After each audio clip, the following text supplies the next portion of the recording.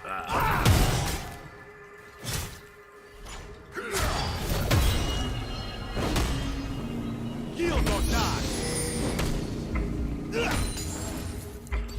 Maybe KSANTE doesn't need to do Bammies though. Like his wave clear is already fine just Q spamming, at least until you know, the late game, right? But why am I building for the early game for the late No game? monster greater than pride.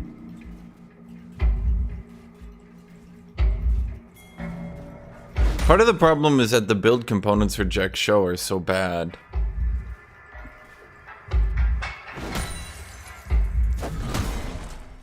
Survival is just the beginning.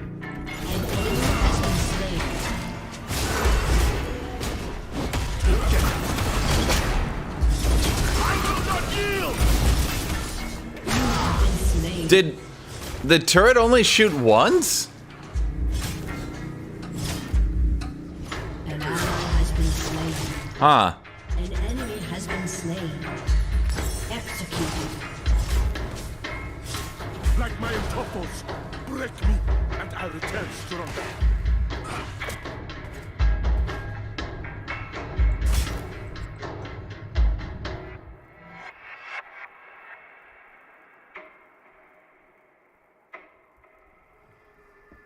An ally has been slain. I am the answer.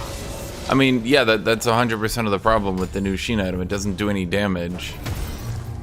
So, like, at the end of the day, excluding the damage, because the damage is so insignificant it might not matter, excluding the damage, you're comparing a slow to being significantly tankier.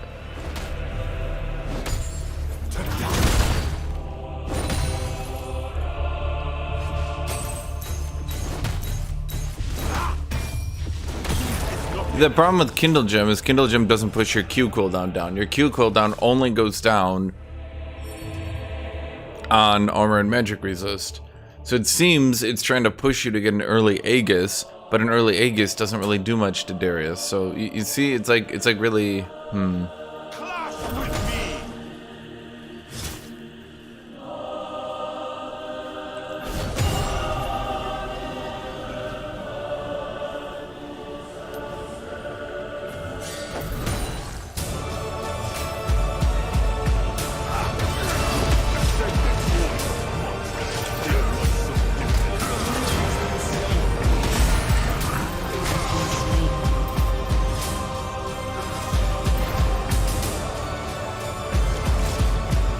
Dude, that guy always steps to the right.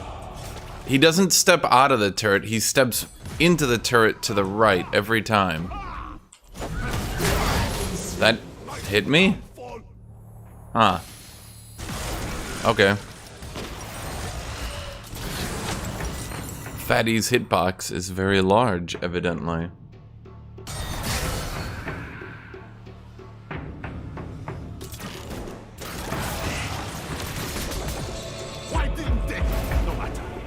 This Darius is just playing so stupid on the turret dives, it's confusing me every single time.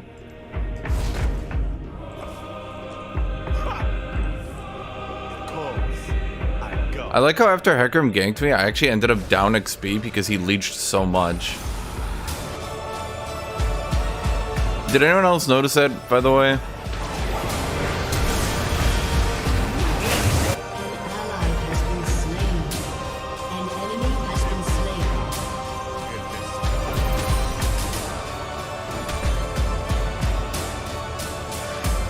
I feel like there's something to be said about not leeching all the XP. Especially with how the new XP system works.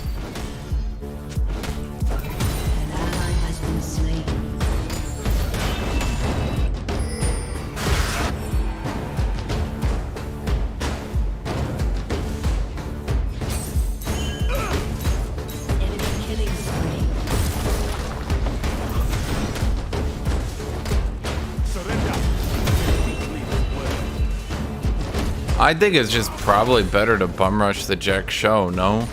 Like, it's gonna suck and it's gonna be painful, but, like, you just have to kind of do it.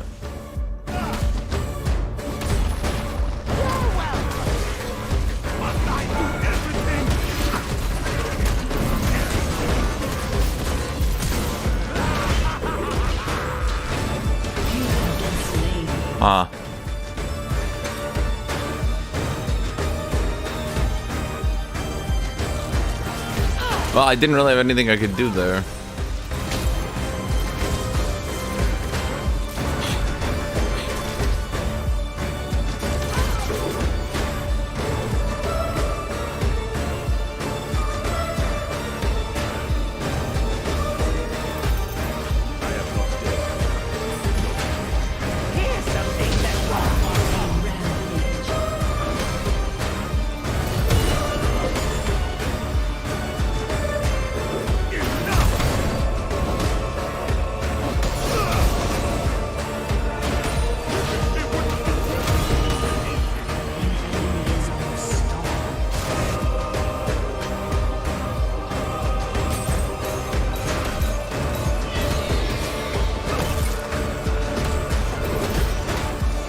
I mean, if Master Yi's coming top, I'm already dead.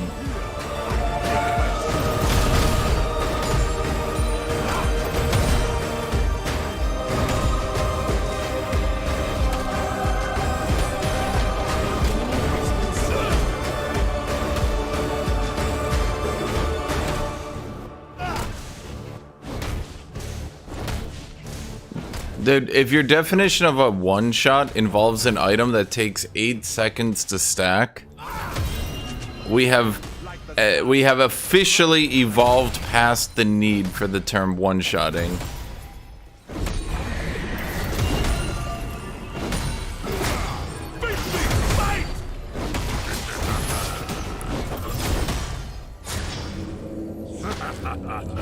Predators become prey as quickly as night becomes day. Alright guys, you can one-shot their entire team. How? You literally one-shot them. How? Well, what you're gonna do is you're gonna stack up JAK'SHO for 8 seconds.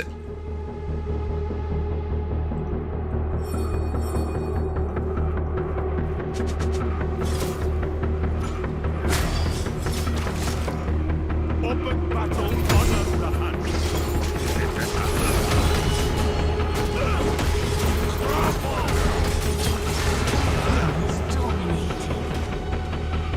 For the record, but the way the XP system works, leeching a shitload of CS off top actually puts me behind after a gank.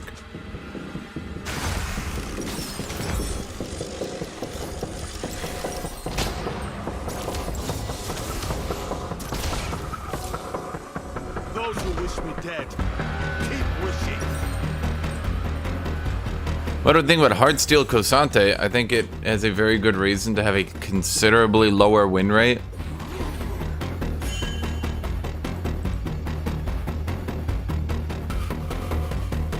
Act like failure is impossible.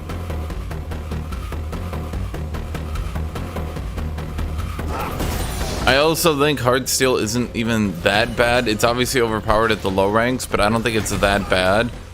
And the reason it's getting such a bad rep is people are hard forcing it on like Set, Shyvana, stuff like that. And then it's falling off and becoming useless, obviously. And then the item looks really bad. But if you actually build it on the champions it's designed for, it's not bad.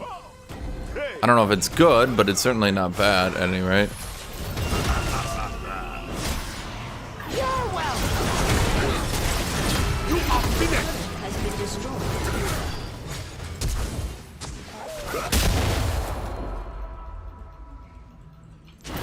Anyone can wield a weapon.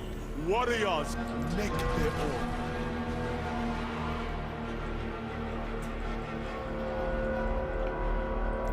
Heartsteel basically seems to only do good on... Sound I know well. It seems to basically just be Scion and Mundo. Shut down. An enemy has been slain. Tom Kench support is likely not going Heartsteel, my dudes. It's 3,200 gold. I think he can do better. An ally has been slain. I will push them back, alone if I must.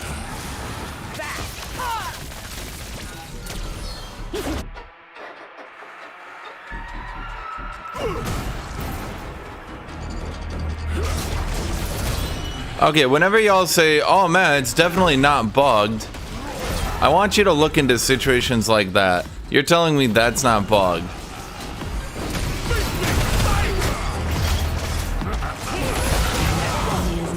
Thank you. Dude, they 100 fucking % broke Darius's pull. Like, it's so fucking obvious.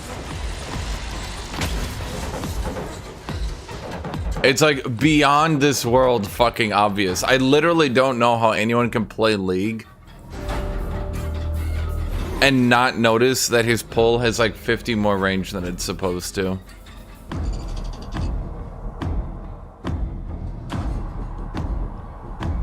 Like my tough break me as I return.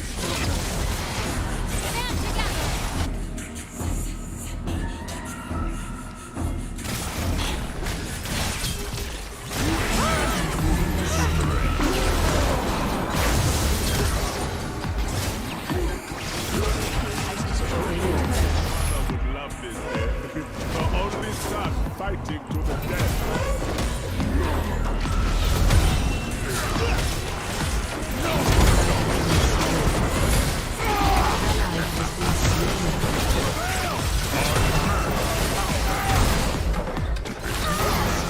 Oh man. An enemy is legendary.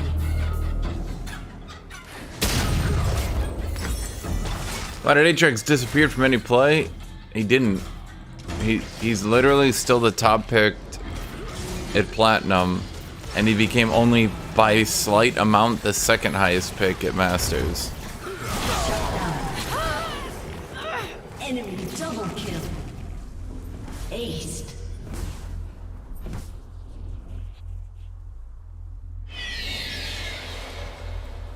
Why didn't they?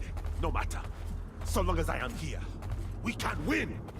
Dude, I'm excited for when I read the patch note about them fixing Darius pull. Every time I play KSANTE into Darius, it's like he effectively has infinite range on his pull.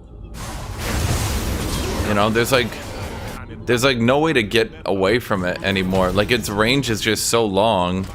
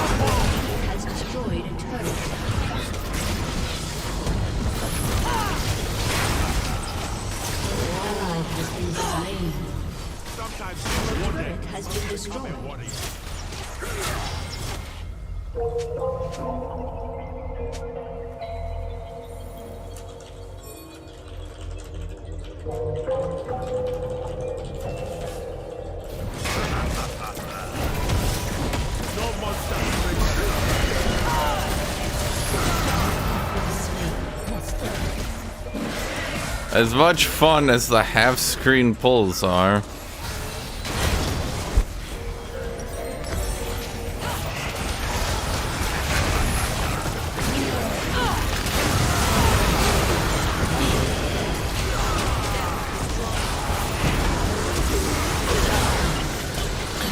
She's dead, yeah?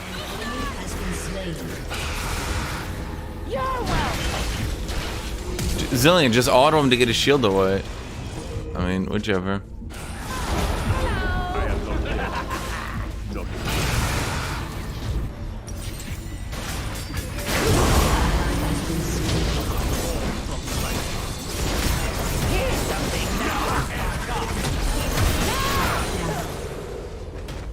Still got him.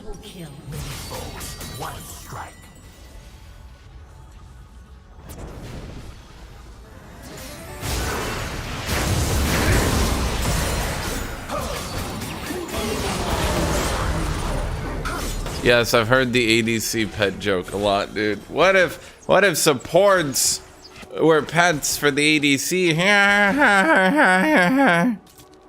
ADCs seem locked in an eternal struggle between admitting that they actually need a support to be good to win the game, and every support doesn't do anything and the role is so easy.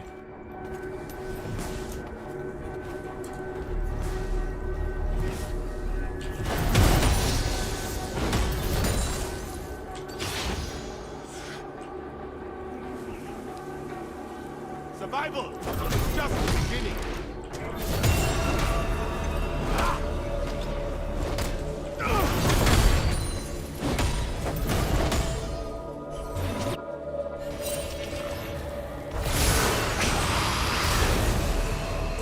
Give the enemy arms. I am the answer.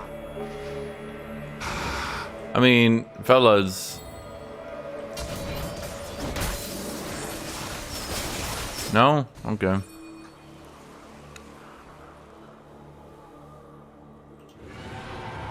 Dude, Reddit makes a joke and then the community takes it so fucking seriously. When did the League community become such big users of Reddit? I swear to God. Like, when you really look at it, Twitter and Reddit are not that big. Like, for social media sites, yeah, they are social media sites, but even compared to the bigger ones, they're not that big.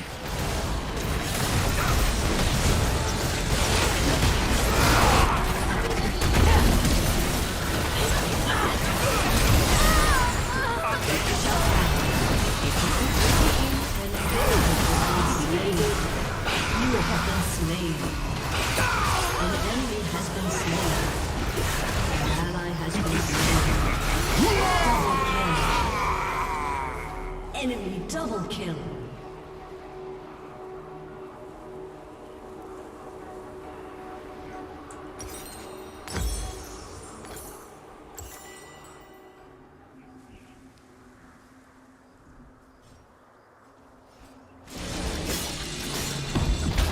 It's been a good game, yeah.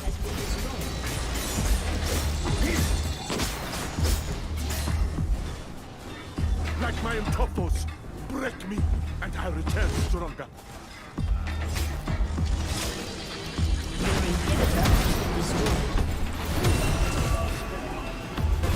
Thank you, Fisher D3.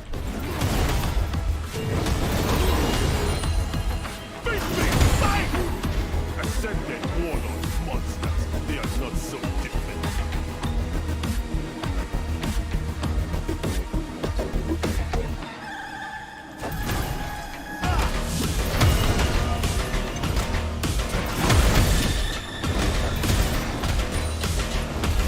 Every scar.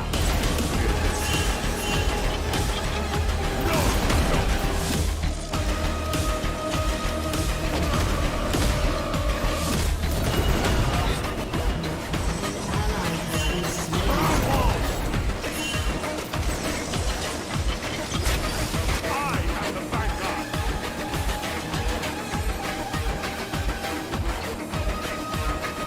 Oh boy, instead of getting ability haste or any useful stats, instead Zillion got some armor, not armor.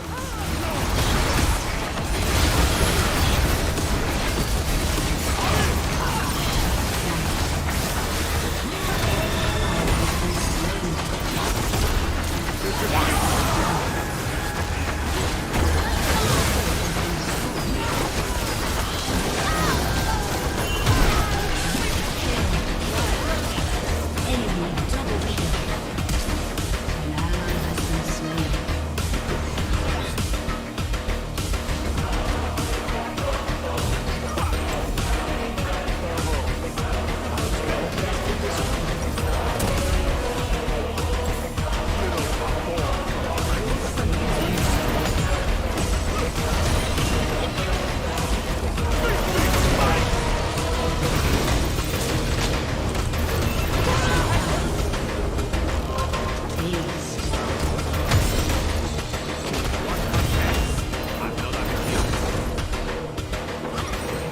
Well, that worked out, yeah.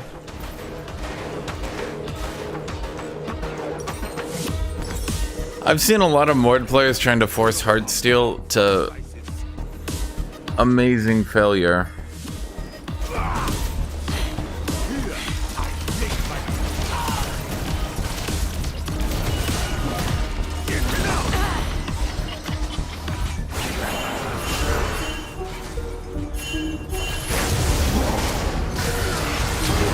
Has been slain.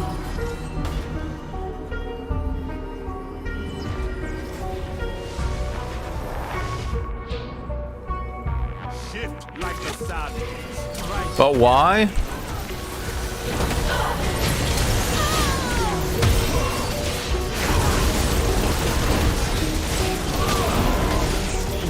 Because infinite HP, haha, so cool, funny.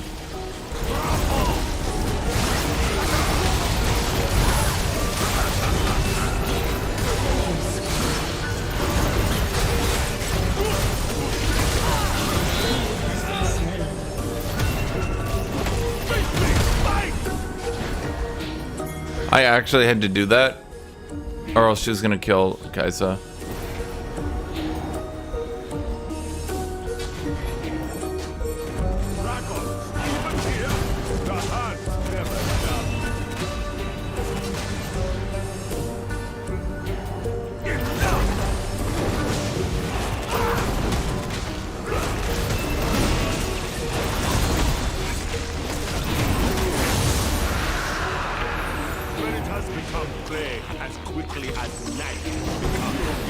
Dude, infinite scaling means that you scale infinitely forever. Now you're like super mega ultra super double double super double ultra super double OP. Hey, the hunt beckons. Are you guys telling me you're not trying to be super double ultra super double OP?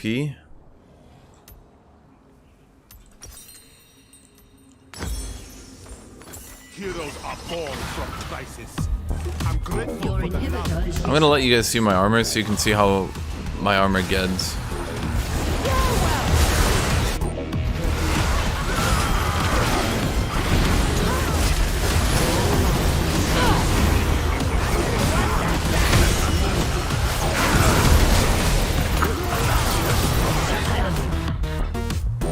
Well, that was an unceremonious end to the game.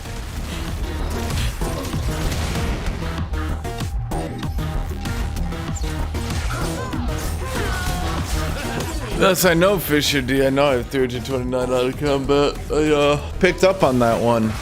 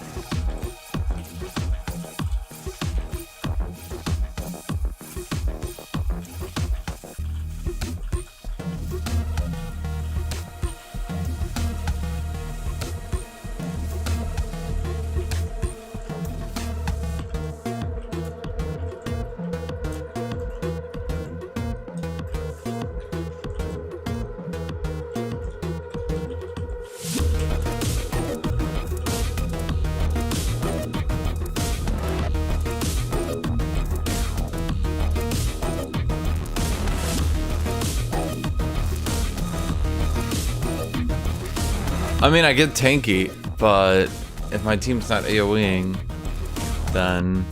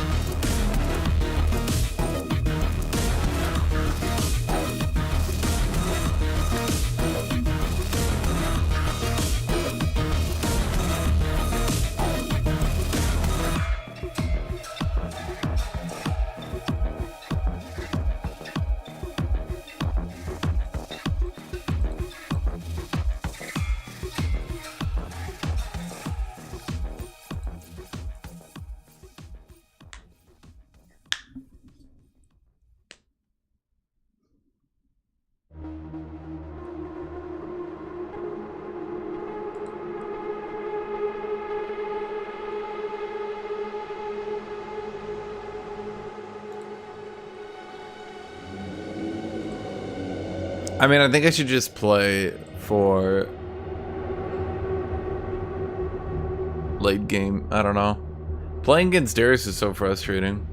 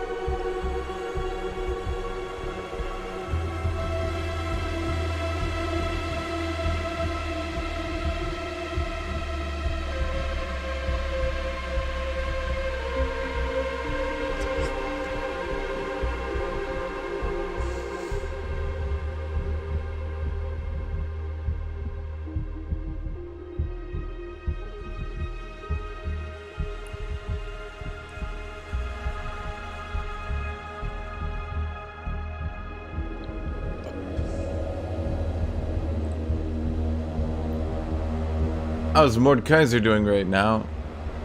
Eh.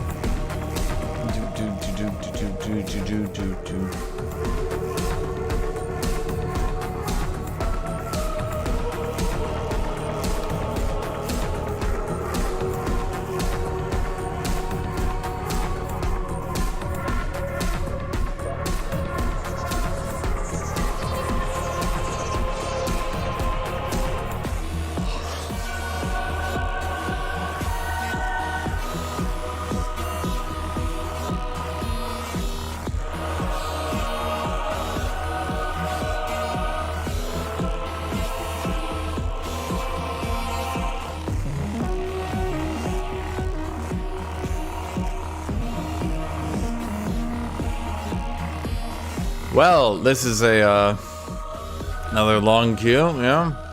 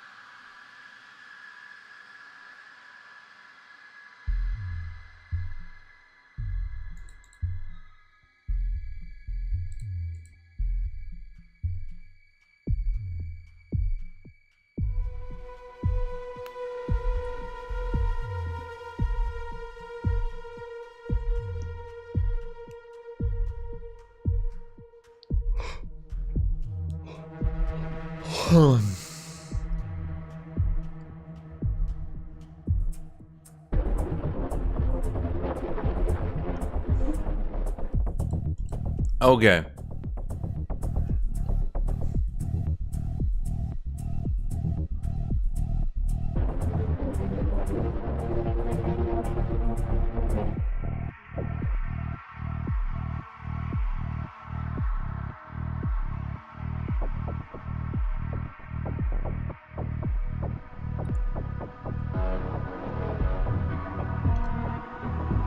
Why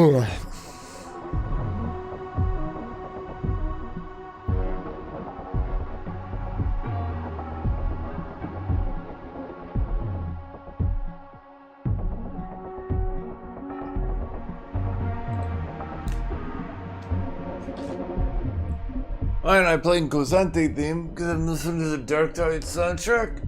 I did. Because it's good, and it's new, and it's exciting, and it brings me up in life. It's why I wake up every day. I say to myself, Hashinshin! Hashinshin! Why are you the way you are? And I decide I'm the way I am because of the Dark Tide theme.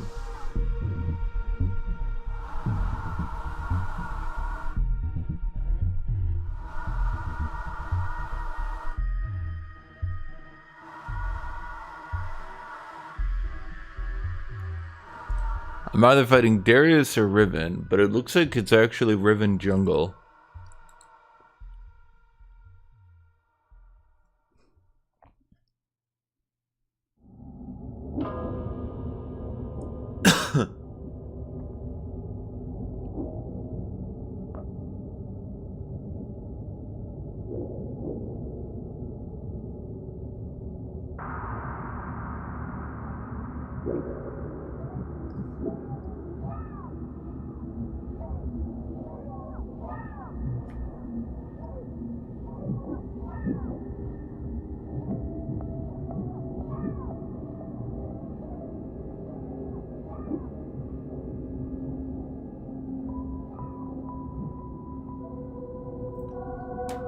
Well, I guess I dodged the Riven Jungle.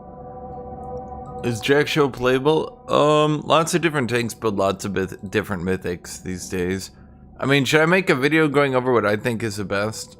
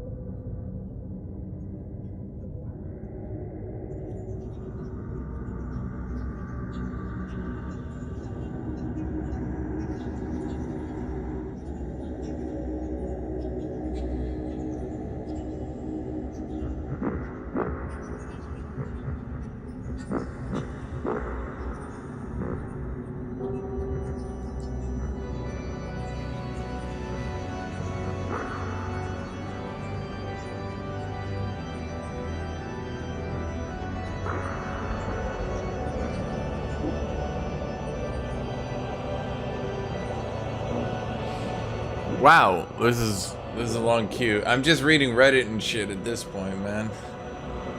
And what do you guys do when you watch the VODs of this? Do you just like watch like 10 minutes when I'm in queue those times? God damn.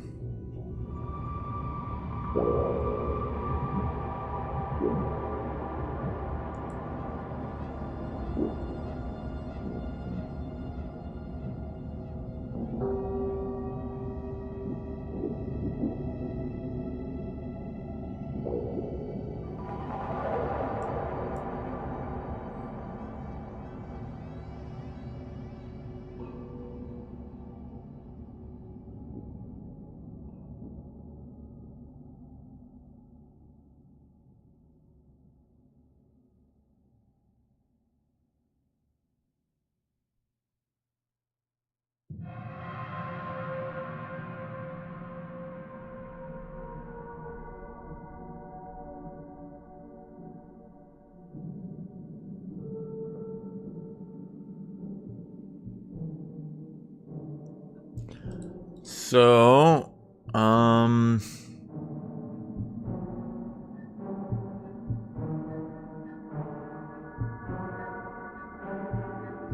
I think every tank item is disappointing in its own way, and I think that's one of the biggest complaints I have about it, is that it's like for every tank item, they tried to give it a focus, a theme, an identity. I think the only one that comes close is Heartsteel, and that's because they took a lot of its power away from other shit. JAK'SHO tries to be the armor and magic resist and heal item, but obviously the issue with an armor, magic resist, heal item is that's a lot of scaling. So in order to balance it out, they made the heal tiny. But then the question is, why even have the heal at all?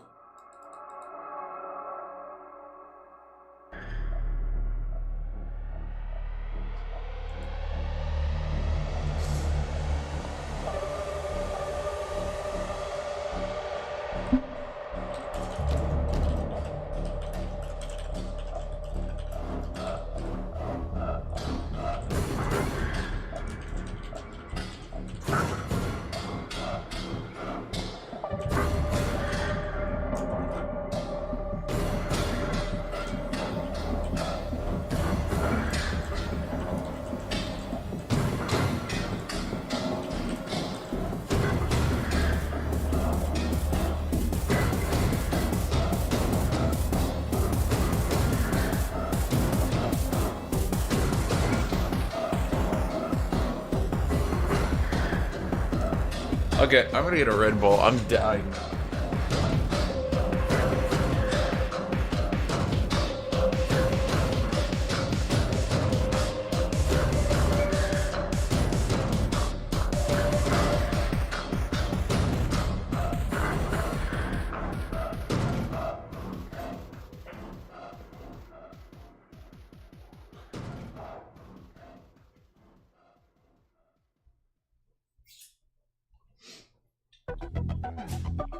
You guys have probably noticed, but I've gotten like 20 hours of sleep over the last week. I got so much shit to be streaming, man.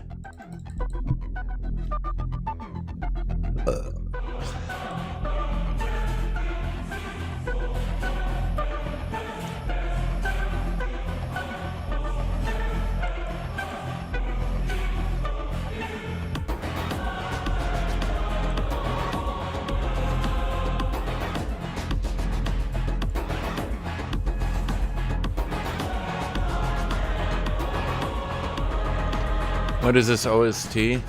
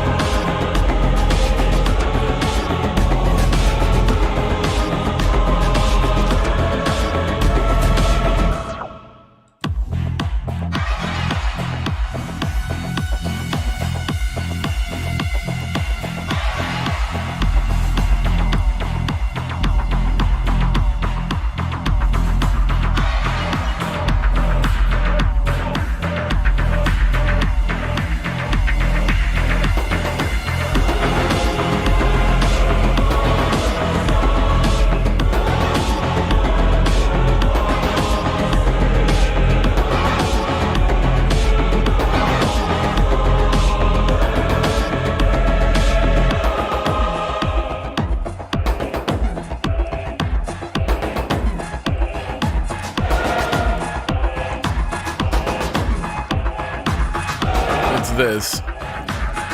I'm gonna reset my queue. Something can't be right here, man.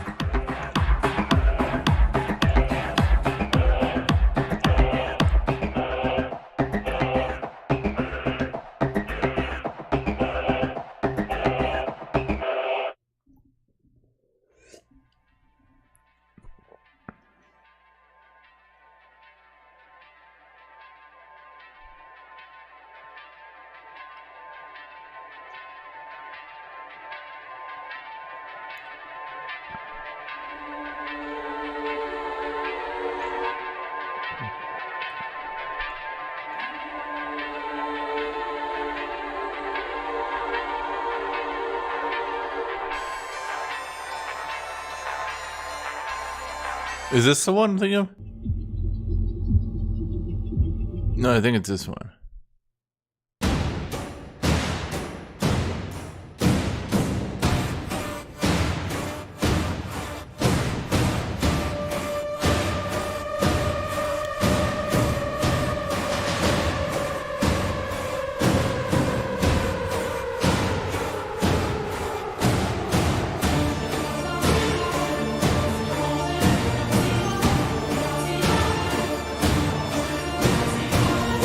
I'll be honest, it's probably one of the only games with a flamethrower that acts like a real flamethrower.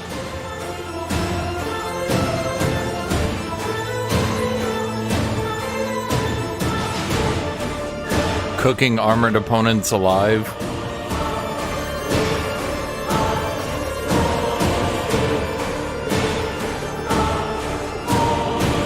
Has the game spent today? Well, I got one game in.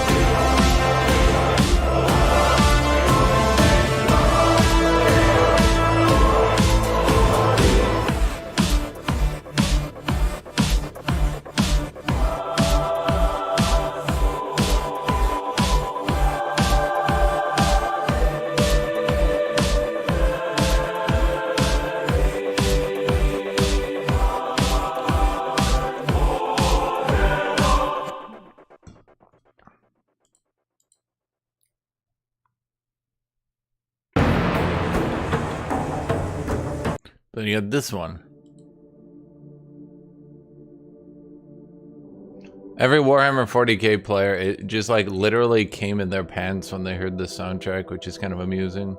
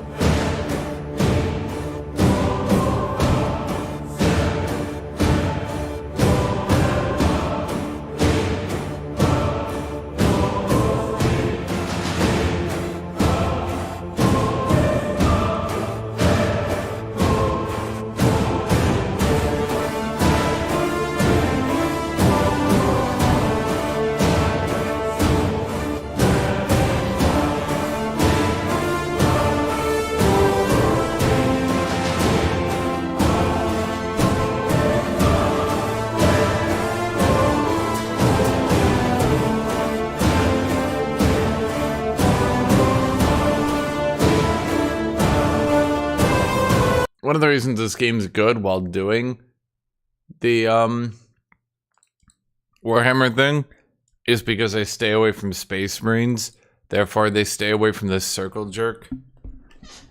Sorry to say, but whenever you introduce Space Marines and their lore, holy shit, it's like being into DBZ all over again. All of a sudden, it's nothing but power levels. There's no way that enemy could ever hurt a Space Marine. A Tyranid Termagant hurting a Space Marine? Now, they all have like a mini Psyker field to begin with, and then their armor is basically impenetrable to a Termagant claw. I mean, that's just ridiculous.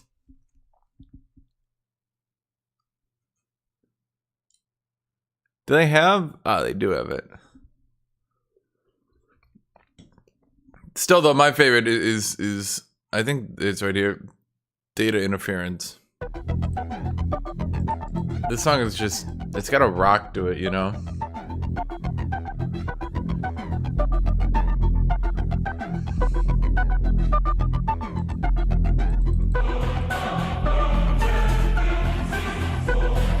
Now all the Warhammer people in chat are like, but Hashinshin, a Termagrunt claw couldn't hurt a Space Marine. And they're like fucking feeling the uncontrollable urge. They're like, must type.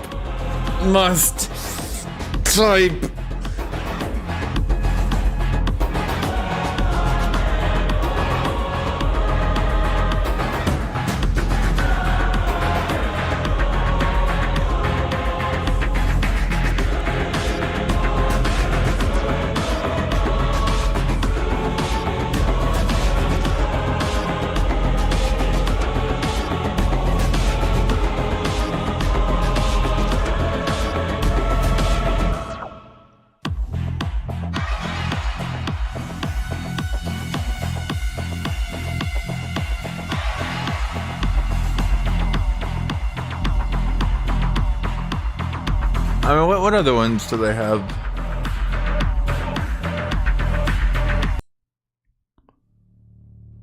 Is this what I'm thinking of? No. Was it this one? No.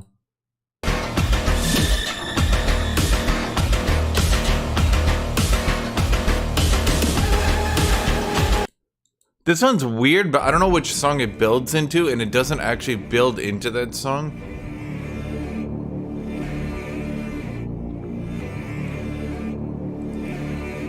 Sure, I can do either, my friend.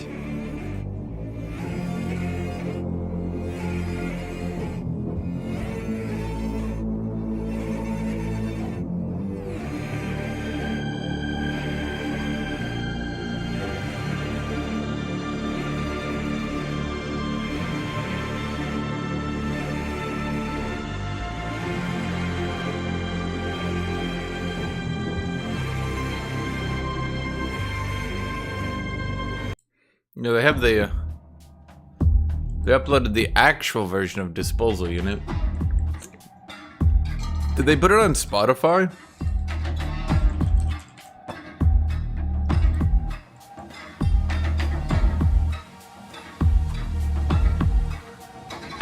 Wait, they did. I can get the higher def version, and then you guys can actually see the thing here. So then right here.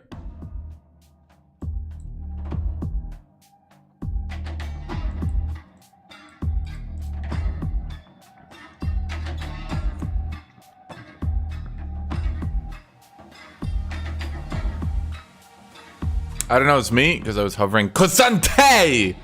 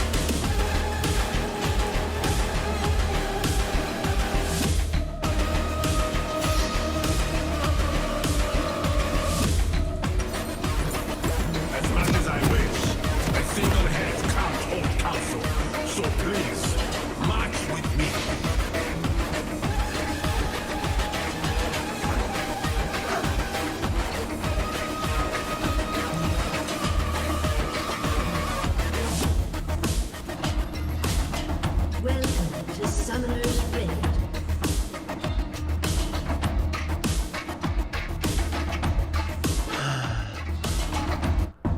Seconds to minion spawn. As quickly as night becomes day. They mixed up the name of the songs.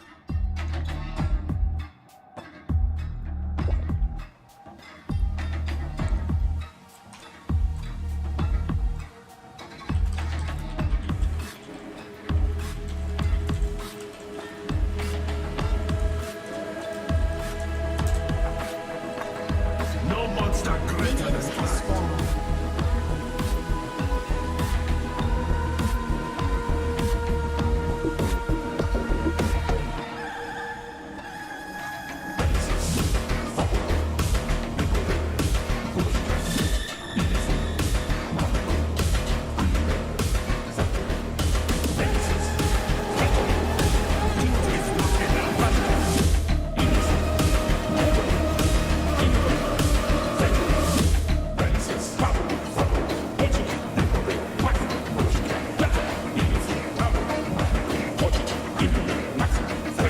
Oh, Sailor Ivo. I'm just gonna,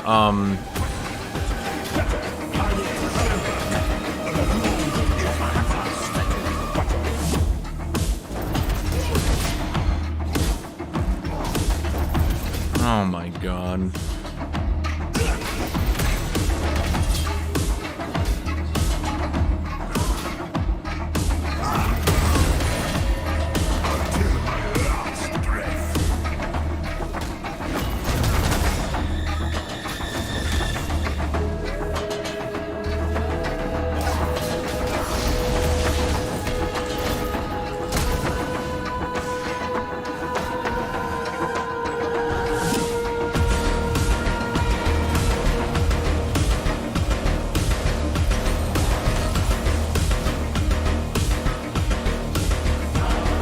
We didn't play Victoria yesterday, we just played Dark Tide all night.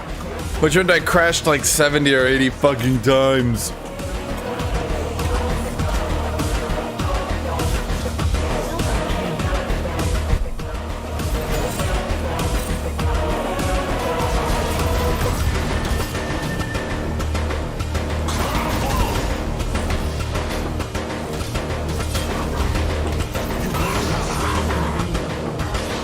I'd say good flash, but he didn't have it. Therefore he couldn't flash. Motherfucker.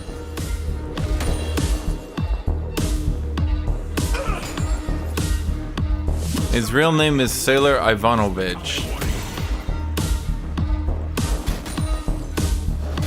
He is just your average 7-foot Russian.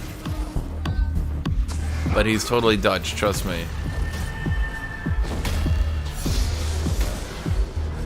Wait, I put 2 points in E on accident. Oops. If the enemy asks, I have the answer. I'm doing a Peter the Great joke here.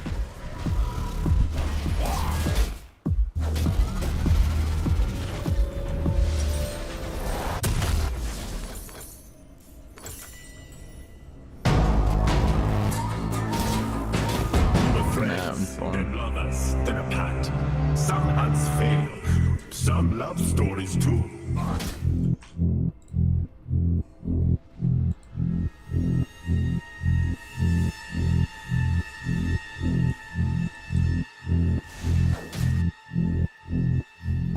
If anyone doesn't know the Peter the Great joke, Peter the Great was the Russian Tsar who literally just left Russia to learn shipbuilding in a Dutch dock. And he pretended that, like, he wasn't the Russian Tsar, but he was just this 7-foot tall Russian with a bodyguard contingent just learning shipbuilding in a Dutch dockyard. And it was really fucking obvious. And all the contemporary sources are like, yeah, everyone knew it was fucking Peter the Great. And he was like, God damn, I'm so secretive.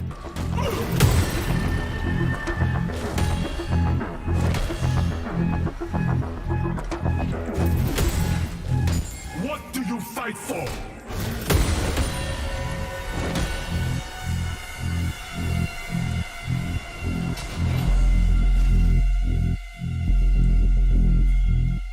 Why? Because the Russians had no navy, and the Tsar took it upon himself. My people stand with me. My weapons aimed in their name. Like, it was kind of a weird time period. Russia was really backwards. Again, that happens quite frequently. And the Russian Tsar was like, you know what?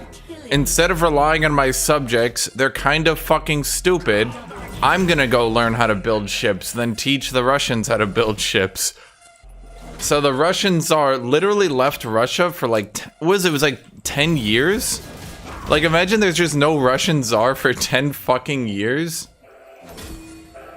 And he just went to the Dutch and he got a job as a Dutch dock worker. And he pretended to be undercover, but the Dutch didn't really give a shit. So like everyone knew it was Peter the Great. And he was like, haha, my secret plan. And the Dutch are just like, you know, you don't have to be undercover, right? Like there's no reason you need to be undercover for this one, right?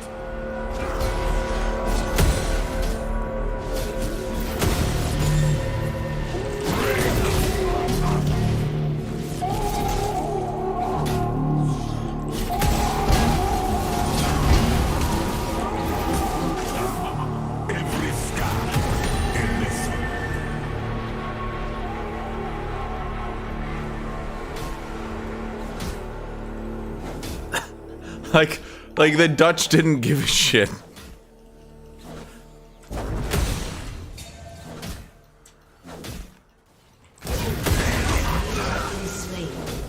Okay. Thank you, John Wayne Mellowly.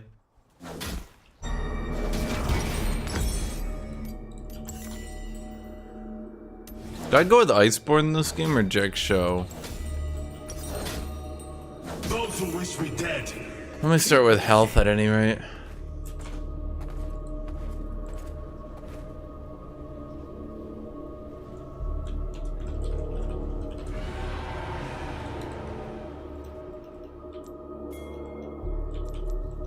I didn't think his combo would kill me, so like I was like, okay, I'll just Q into a W into an E.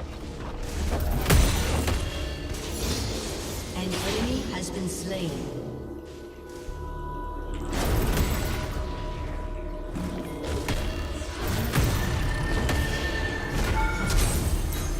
You have slain an enemy. Surrender is a weakling's An word. enemy has been slain.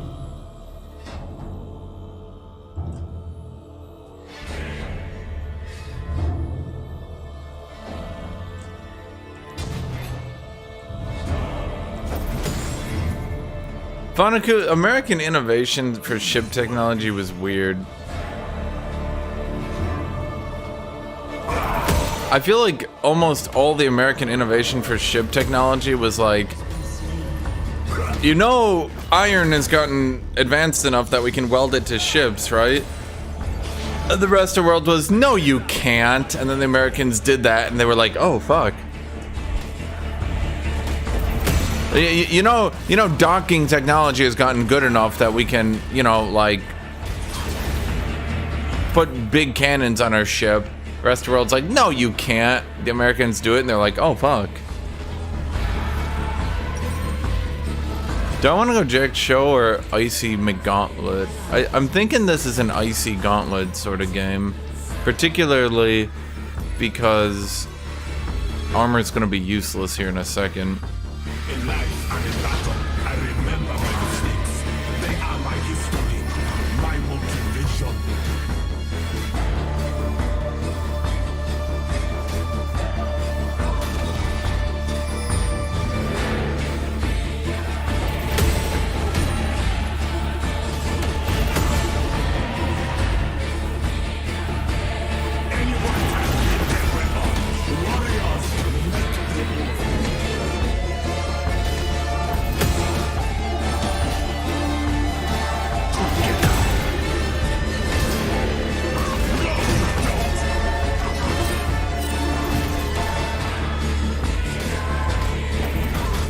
What is he?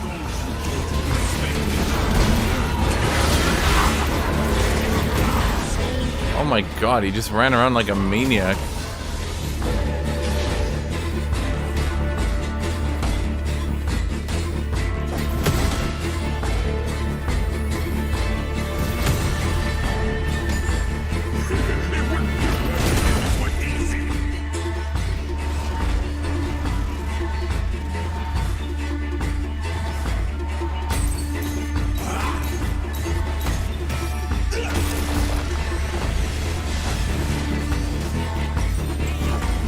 Surely, Hanukkah, we'd never reach a point where the British would be dependent on the Americans and therefore start to become a semi-colonial state. And then, of course, the British would never freak out at that idea so much that they'd torch their entire economy trying to separate themselves, right?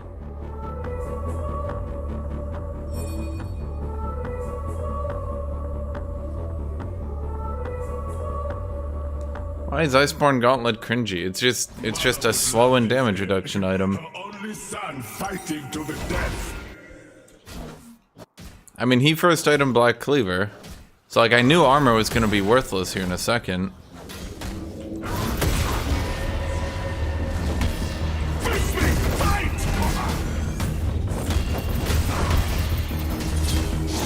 Like the sun, strike like the eagle.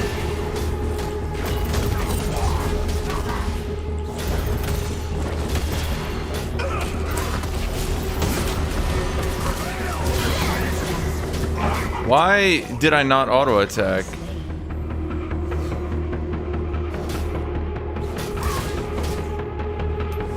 I didn't auto attack after ulting even once. Dude, I swear this character has so many wacky bugs that cause you to die when you really shouldn't be. Like, I honestly think if his kit entirely worked as intended, his win rate would be really overpowered right now. There's so many instances where his kit just breaks down and stops doing anything.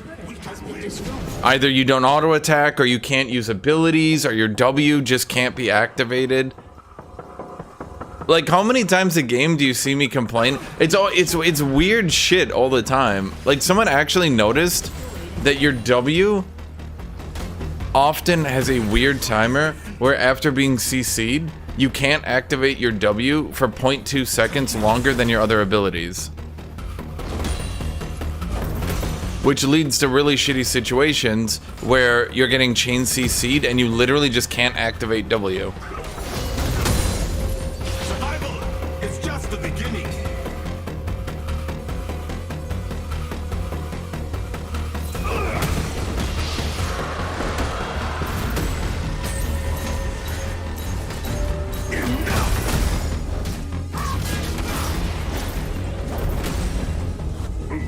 If Tope were here, he'd point out all my mistakes. Good thing we It's not Kled level bugs, but it's pretty fucking bad. Like, they really need to patch this shit up.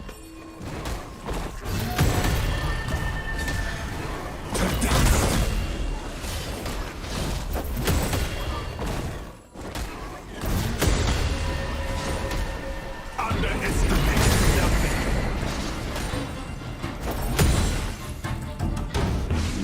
Your turret has been destroyed.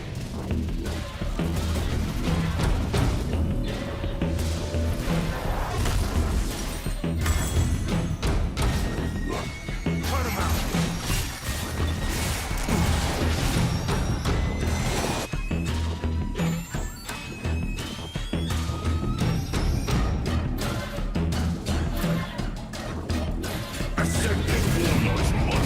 They are not so different.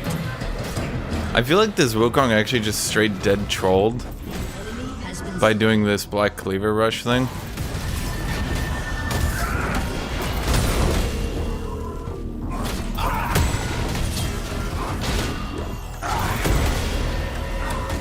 Clash with me.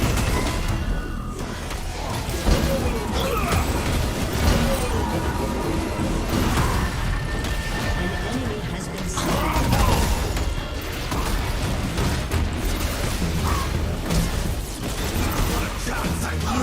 Slain.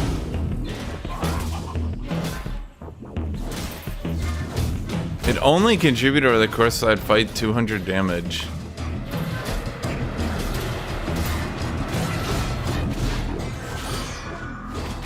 Dude, if he went Divine Thunder, I don't think I'd even be able to damage him.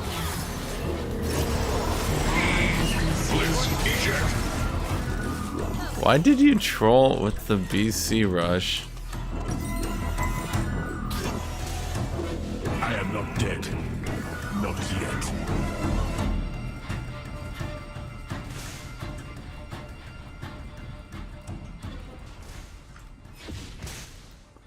Imagine you have an item that gives you giga physical damage and synergizes perfectly. I've been watching its damage. Act like failure is impossible. Face me, fight!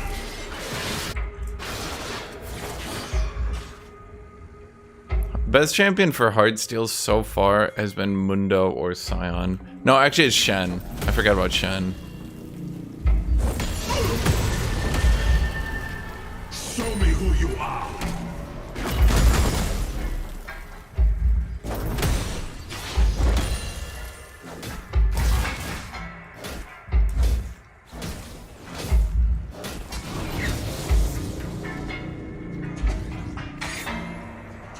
Predators become prey as quickly as night becomes day.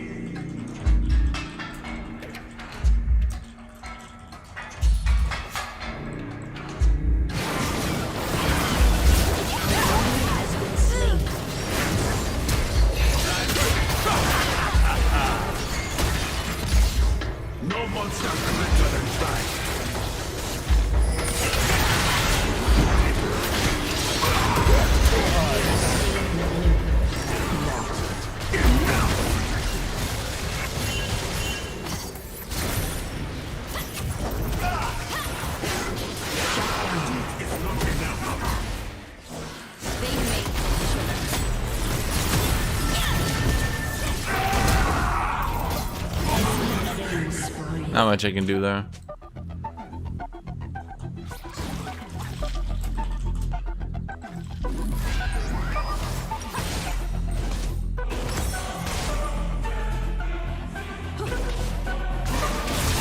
Why am I not watching the World Cup? Oh, is that why I have so viewers today? Are y'all watching the fucking World Cup? That would make sense.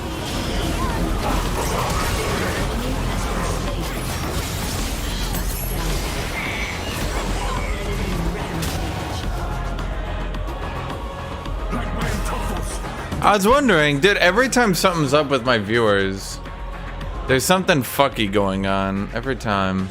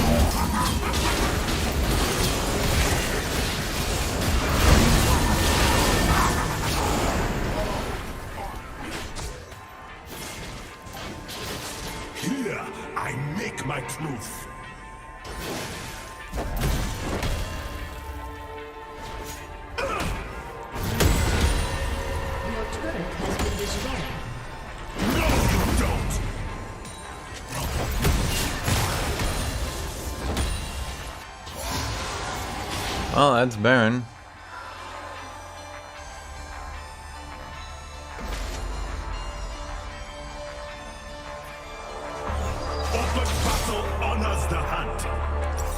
Dude, the whole guitar thing has been so weird. It's like literally everyone knows it's a bad idea. Literally everyone. And they're just pushing through with it. Like against everyone's wills. They're just pushing through with it. Through every complaint, through everything, they're just pushing through and pushing through.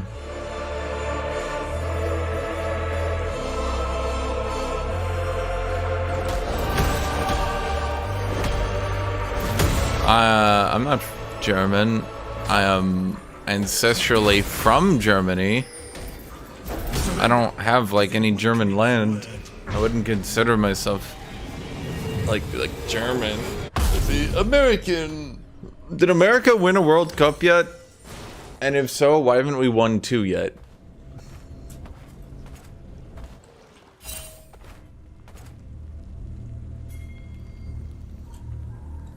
My ancestors built Nazuma.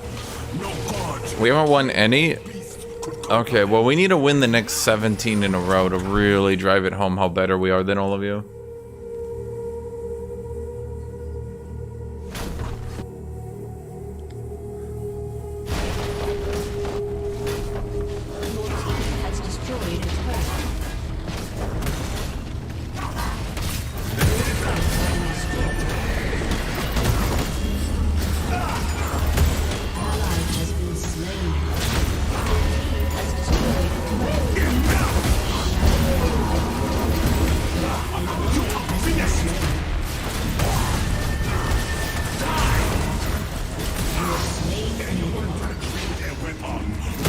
Okay, how much damage reduction did I get from that Iceborne?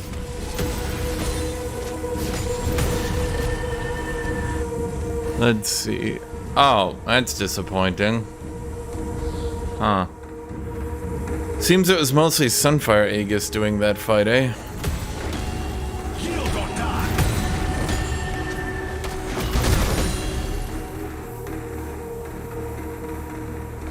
I think part of the reason is that I've got way more grass procs than I really should. So I'm doing a lot of health. Fall before me.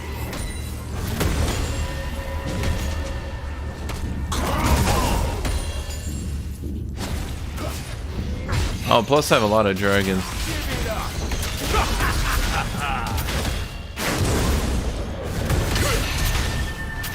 Those who don't respect me will learn today. I like how Silas is like, I'm stealing your ult, and now I ult you! KSANTE's like, no you fucking aren't. Silas is like, wait, but that you can't say no. KSANTE's like, I don't consent.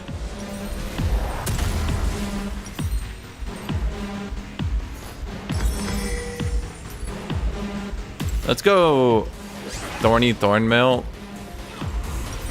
I'm gonna get the Horny Thorny Mail. I'm grateful for the love we share.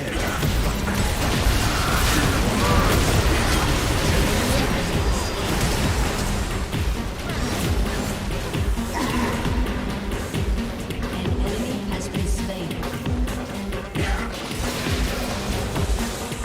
I'm coming for you, Lucian.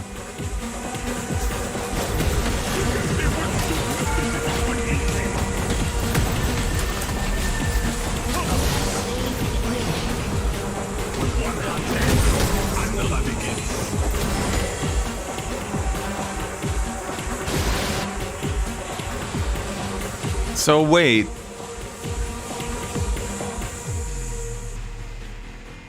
It seems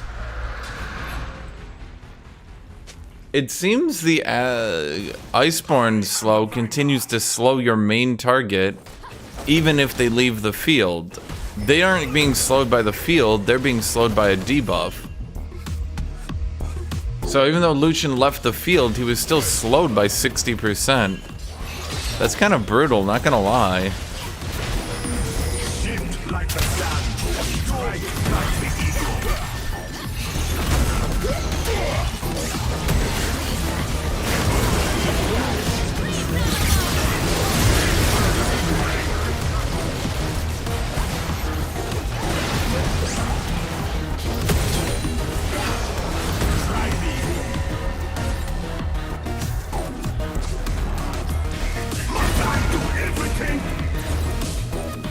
Everything.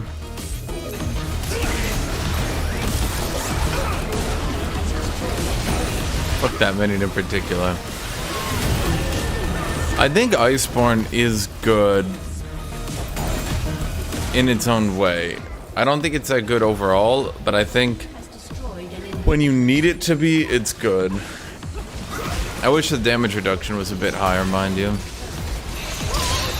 I think they should consider nerfing the slow, but buffing the damage reduction. I think the slow is too much.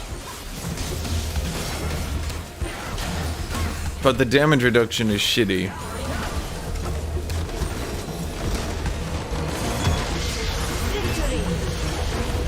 Strike like an eagle.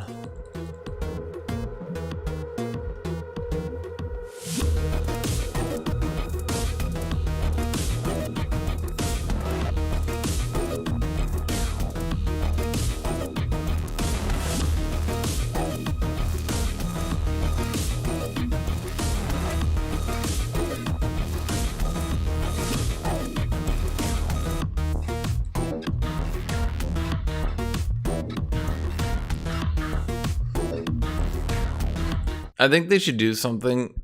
Okay, so I think what they should do is if they're gonna keep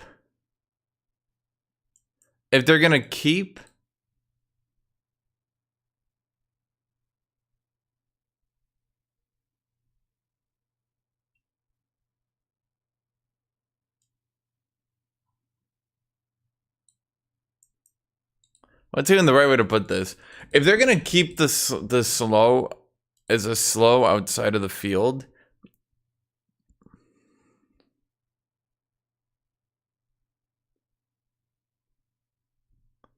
I think that the slow should only be 50% more on your main target to stop it from being like as you saw in that Lucian, just a giga slow of doom.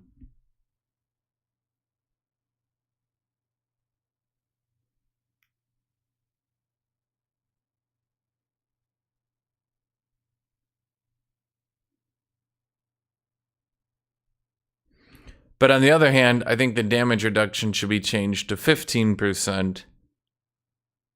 Would that be too much? I mean, that basically just turns it into a weird anathemas, right? But anathemas is 20%.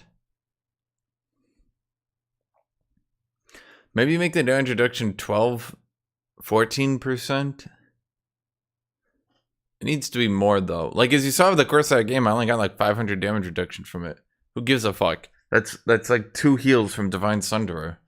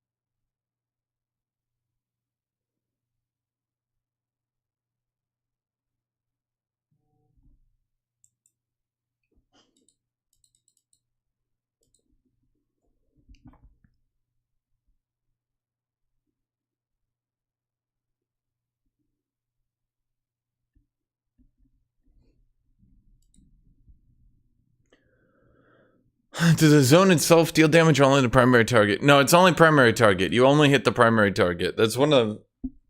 Well, I mean, it wouldn't really be... Like, even if you made it hit AoE, it really wouldn't even do that much. I think overall it's just not that good an item.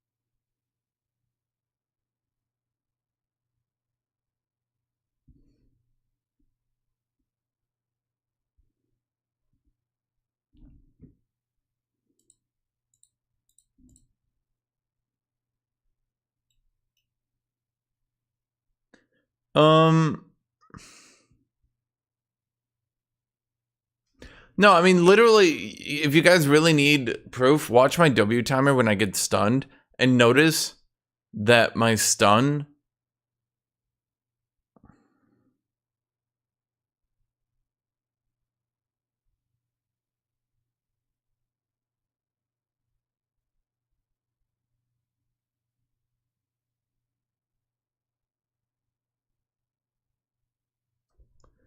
watch my W cooldown when I'm stunned and notice that it's slightly longer than my basic abilities.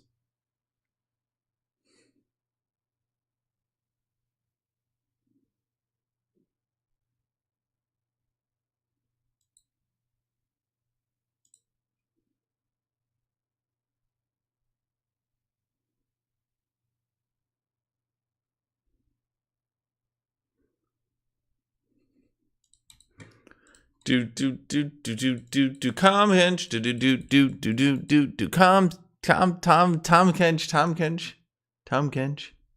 do Tom Kench. Yeah, he's gonna do hard steel, Tommy boy. Unfortunately for him, I plan to murder him.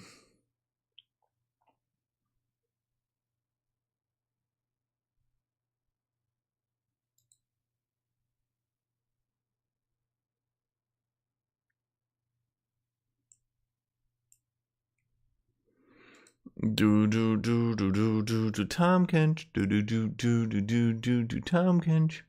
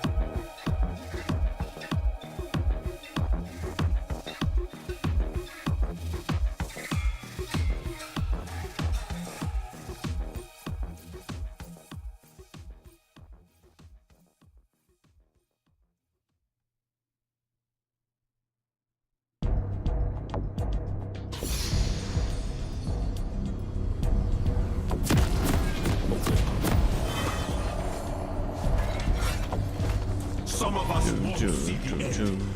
Remember the fallen as you draw the enemy's blood.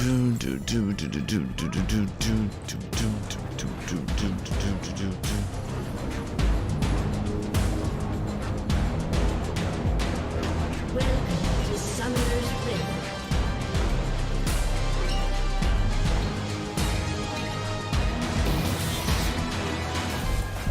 Seconds until minions spawn.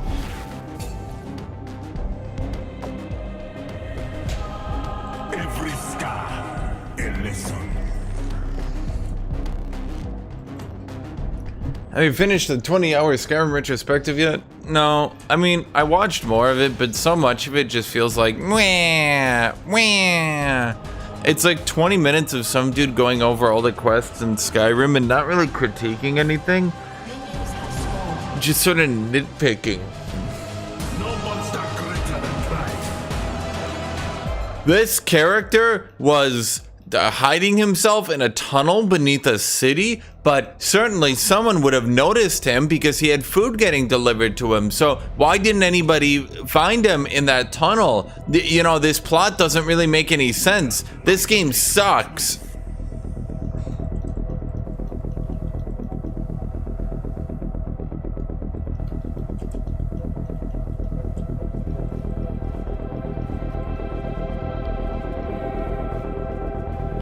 Just for the record, The desert was my with how many weird people are in Skyrim, and with how many people are hiding from how many different areas in Skyrim, like,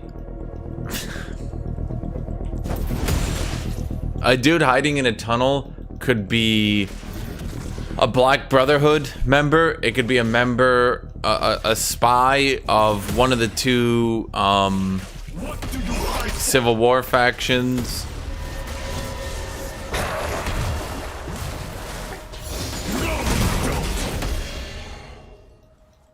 Why does like the dude nitpick and be like, everyone would instantly figure out it was a member of the Blades in a 25-year exile. Like, dude, most people, 25 years. Do you guys know how long 25 years has been? At that point, in 25 years, ain't no one from the government looking for them anymore. And the only reason that anyone would even start looking into it, simply put, is because they were looking into it. No one gave a fuck anymore. Were they gonna find the blades? Alright, everyone find any strange old men. Where? In all of Tamriel. All of it. Find all of Tamriel for any strange old man. That's our target. A list of 9,000 people later, they're like, shit, this is a bad idea. Try me.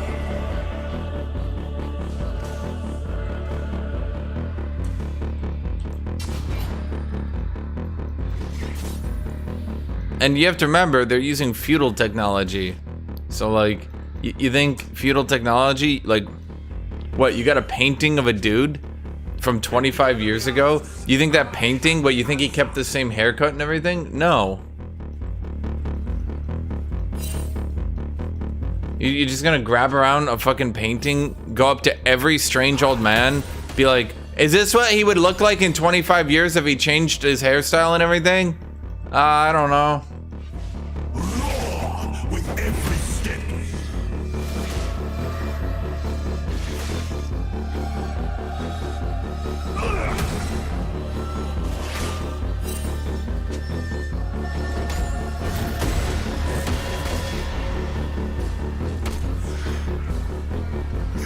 It wouldn't be worth it if it were easy.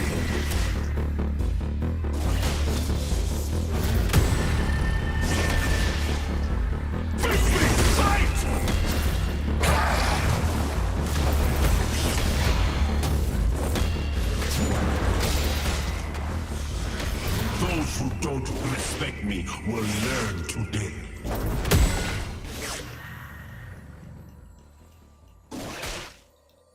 First blood. Scars, etc. Hey, old man, I need you to strip for me right now. I need to check if you have a scar on your left ass. Stop peeing on my foot, you deranged old man. Now strip for me. Right. Surely.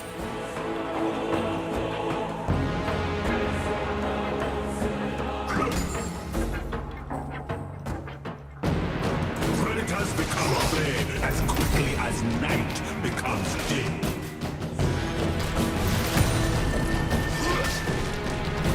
To dust.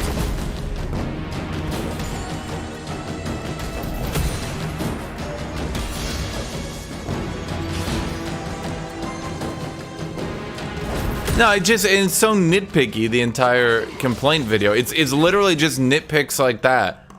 Literally just things that, like, yeah, I guess, like, if you thought about it for 7 seconds, you could nitpick it, but 90% of the shit doesn't actually seem that weird.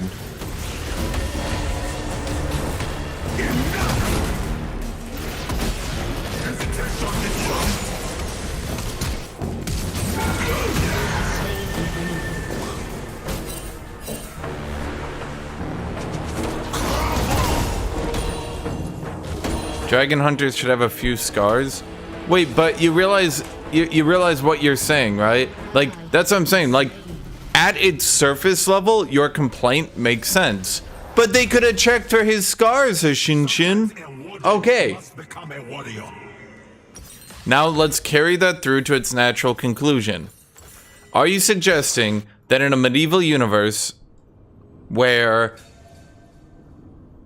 we're clearly seeing that high elves can already get murdered on the street, they do have authority, yes, but do you think they have enough authority to go into the sewer underneath a city and start telling old men to strip down? You think they wouldn't go missing? Even now. You think they'd get compliance? Like My weapon. carry it through to its natural conclusion. Do you see what I'm saying?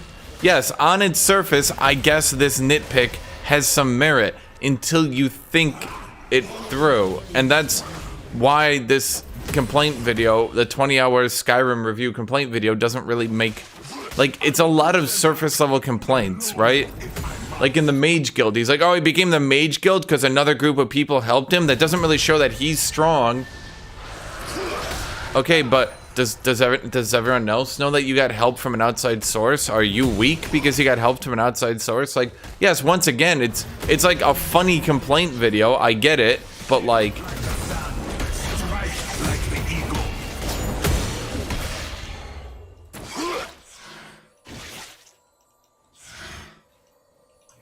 An enemy has been slain.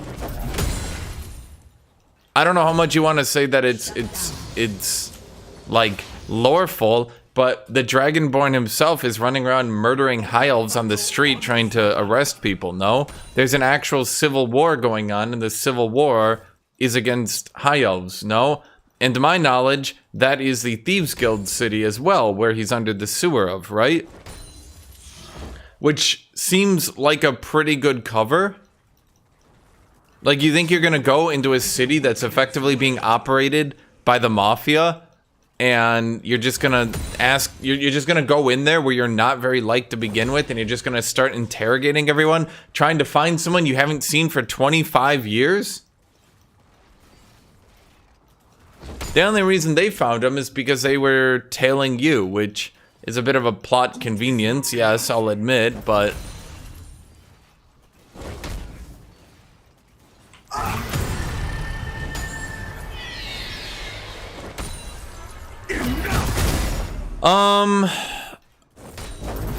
Vonnegut, that seems to be a modernizing thing. I think in the past, actually, that's pretty much been happening everywhere. Like, if you look at Game of Thrones, just as one example, Game of Thrones removed most of their magic. Like when they went from the books.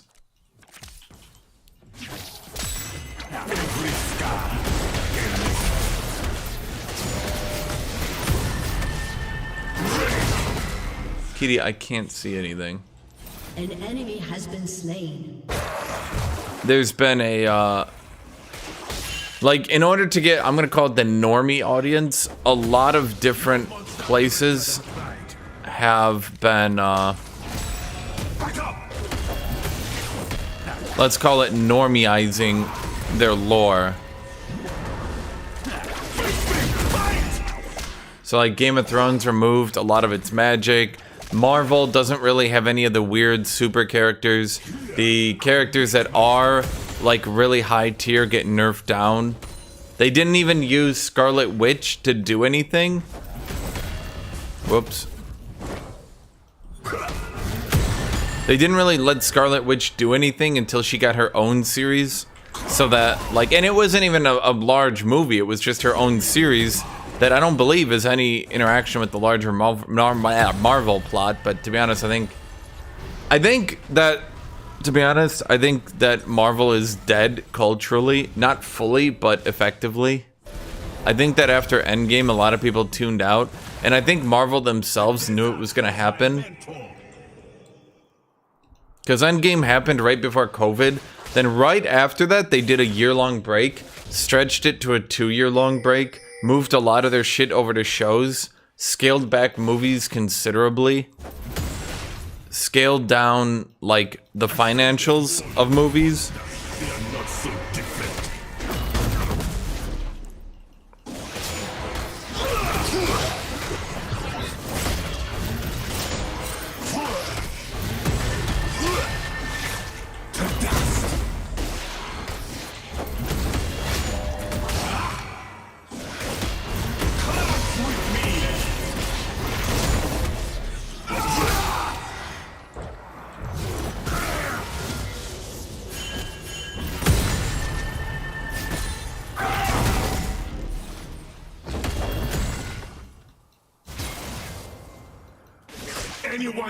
Oh, you can like it, Fonaku, but what I'm saying is there's been like a clear push to de-weirdify lore. Like, even within Dune, one of the weirdest... They basically just skipped over. Like, 90% of the weird shit in Dune, they basically were just like, don't talk about that. The enemy asks, I am the answer.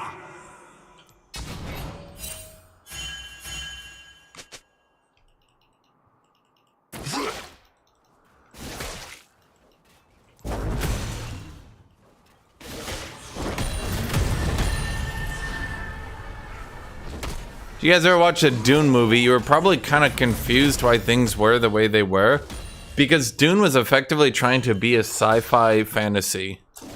And what do you mean, Hashinshin, sci-fi fantasy? I mean an actual sci-fi fantasy.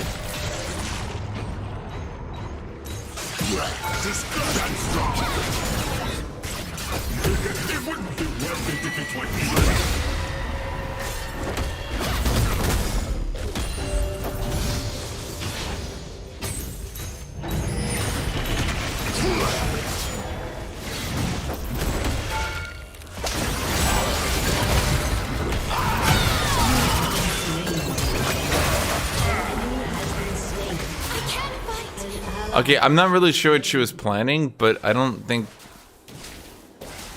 It doesn't feel like we were, fully in cohesion there.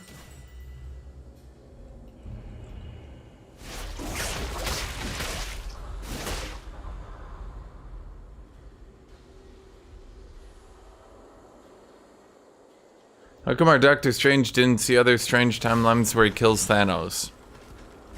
Those who wish me dead. I think presumably, Doctor Strange was looking at timelines from that point in time and not from the past. And I'm assuming they also skipped out funny, wacky timelines like Thanos trips right as Iron Man shoots a rocket at him, and then the rocket goes up his ass and blows him up. Like, we can presume that silly, funny timelines don't account here, you know? However, didn't they do a Marvel's What If? Where Thanos gets killed by Vision? But then again, that would have had to be... Shut down. That would have had to be part of the what if. I'd say part of the post. What planet were they on? I don't remember the planet they were on. The planet of the Titans. Titania. I'm gonna call it Titania from now on.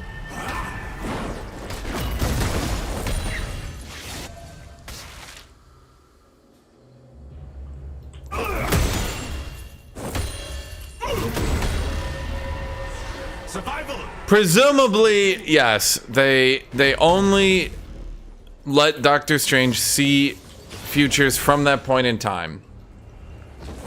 And he looked at a million futures, and from that point in time, Thanos was too powerful for them. Hence, he saw no timeline where he could actually beat Thanos in a straight-up fight. Therefore, he had to move towards a future that was not a fair, straight-up fight. An ally has been slain.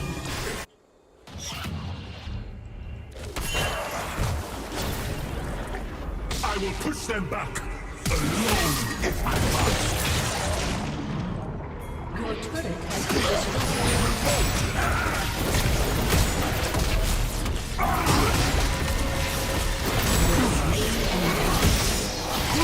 It seems I must stand. Well, I mean, he lost a lot of shit here, though.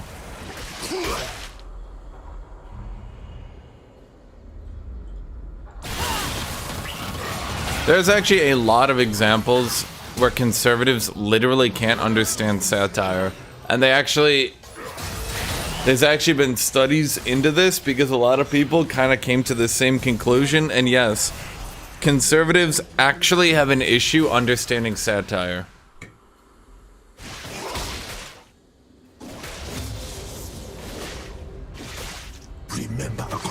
Just off the top of my head, I won't now. You guys remember that one movie? Starship Troopers.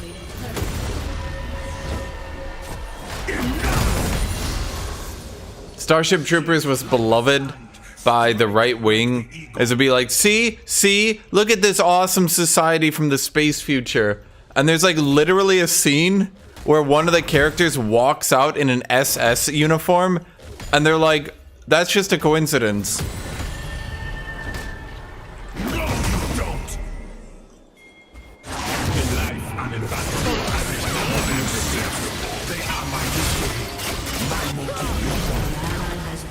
never wrong.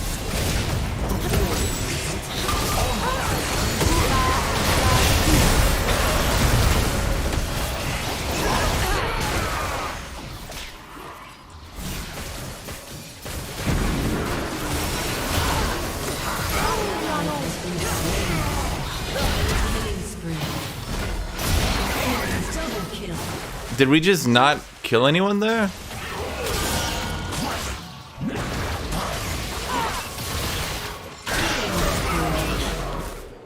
An ally has been slain.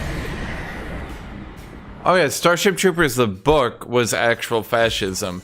In the movies, he basically just lampooned the books. The movie is actually just deadass making fun of Starship Troopers. Which is why some people probably don't understand it. But yes, in case you guys have never actually realized this, the Starship Troopers books are a lot of the inspiration for Warhammer 40k. Not all of it, but a lot of it. And so Your turret has been destroyed. the movie, think of the Starship Troopers movie as if someone was literally just lampooning 40k. Open battle. And that's a lot of what it was. It was literally just a dude who's like, okay, well, I have the rights to make a movie on this, but this is fucking stupid. I know what I'll do. Neat.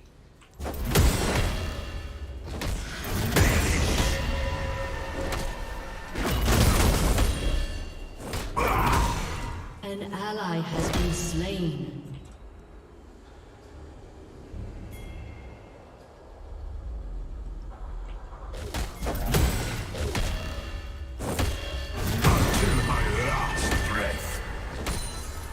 An enemy is unstoppable. You know, the problem I have with plays like this is that you're making a play when I'm not there, and you're all dying, but we're already far behind, so why are you making a play? Your team has destroyed. It's like an infinite loop. I'll just do this while they're doing Baron. Whatever. I'm like right here, but they're right there. What do you want me to do here, buddy? Do you want me to run up and stop their Baron? All four of y'all died.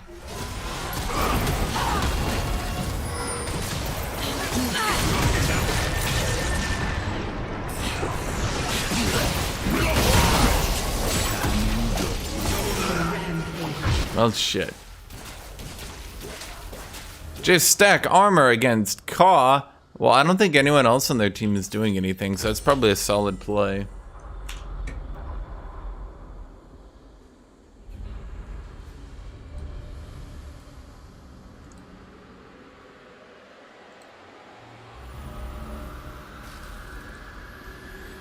Here's a funny example. In The Mandalorian, a lot of the Star Wars fans are really mad because they made fun of stormtroopers and showed them as kind of being incompetent. But they like the idea of the super competent Empire. But why? Why would the Empire be competent? At all?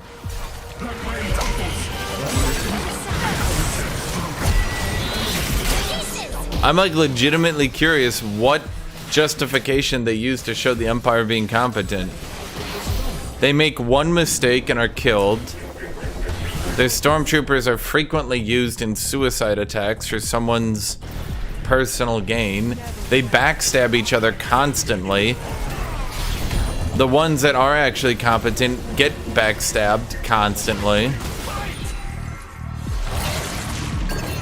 What, you think they put money into training and shit?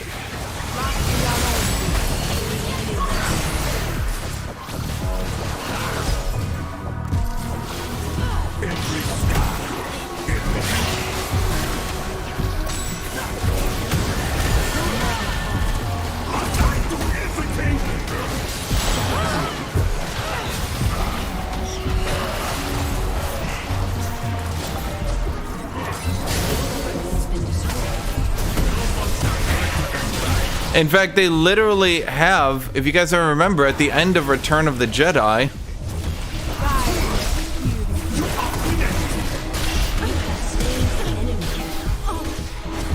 Oh my god, I can't even get through that wall? Dude, where did my team go?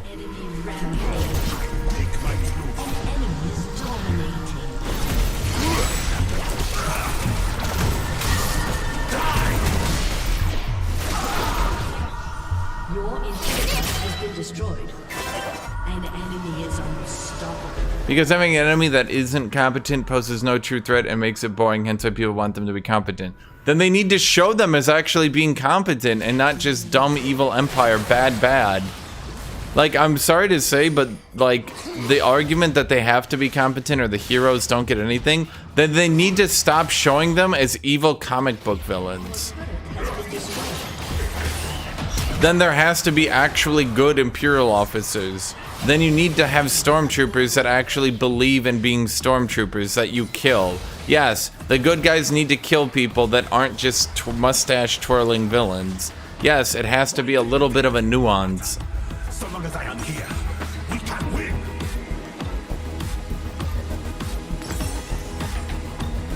At some point, there's going to have to be Imperial officers whose quality of life has actually gone up from the Empire,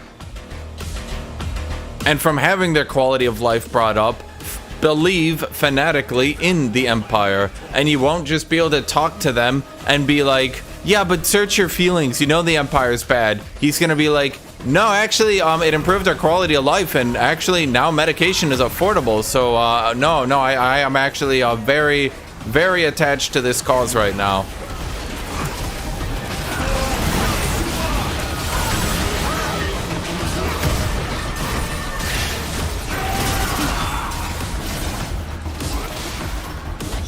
Luke at some point will have to lightsaber and murder someone who he cannot trick into thinking and realizing that he's working for an evil empire. That's what I'm saying.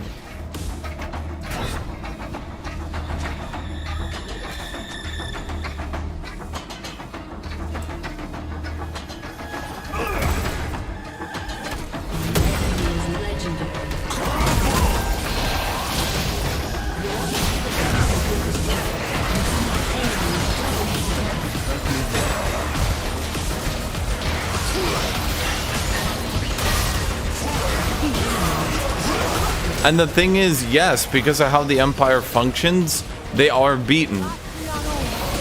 So you could have nuance, you could have some of them are evil, incompetent, and some of them are competent. But yeah, actually the Stormtrooper scene... Here, let me see if I can actually, A summoner has disconnected. Is this the one I'm thinking of?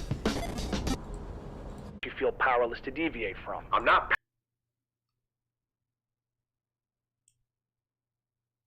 Hold on, let me see if I can... Is this it?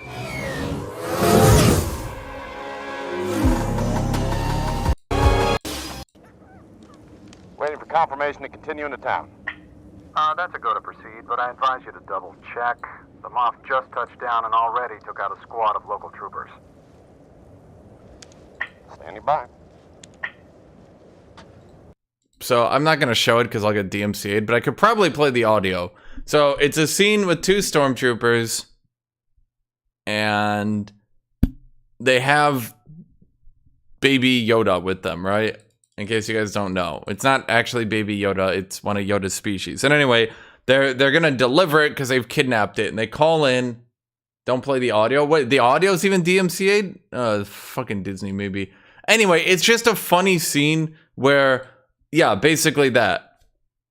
They call in and they're like, the Moff is touched down and already killed a squad of stormtroopers to set an example. And you're like, but the thing is, like, you see that shit happen, right? Like, that actually happens. Darth Vader kills people all the fucking time. So they're literally just showing it.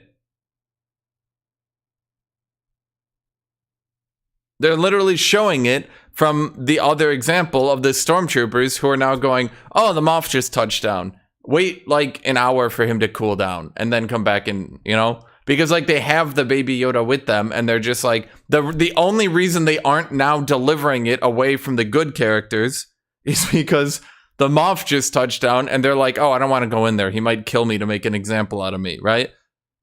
And it's funny because they're showing the other side. And the problem is that they've shown that the Empire is incompetent and murders people haphazardly all the time. Why would the stormtroopers not eventually react to this situation and start avoiding the higher-ups? And therefore, you would start having incompetent situations happen.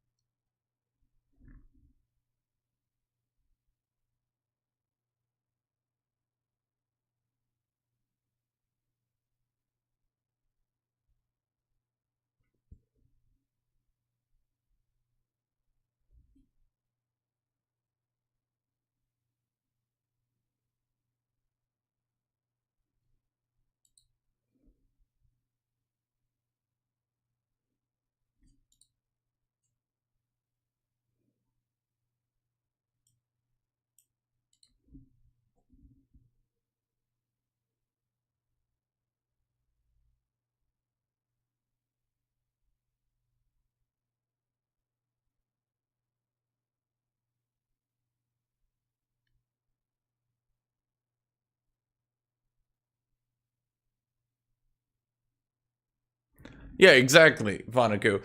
And the funny thing is, they actually... So, it has canonically been one of the reasons that the Empire even fell to the Rebellion, canonically. Within Legends, and then within when Disney expanded on Legends, you might be wondering, but at the end of Return of the Jedi, there was still the giant Imperial fleet. Why did the giant Imperial fleet not just go kill the rebels after the Death Star exploded?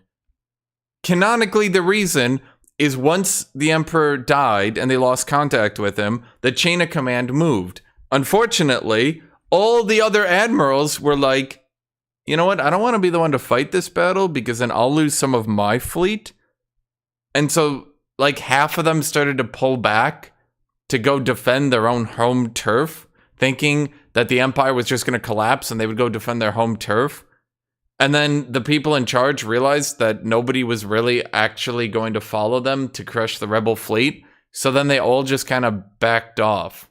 And then the reason they got obliterated at Jakku is because they realized that everyone was going to slowly fall apart and the Empire was just going to turn into a bunch of fiefdoms. So they took a bunch of the Empire fleet together and were like, let's just have one huge battle to show that we're the strongest. And the rebels just sort of played defensively until the Empire took a really shitty battle and got blown to pieces.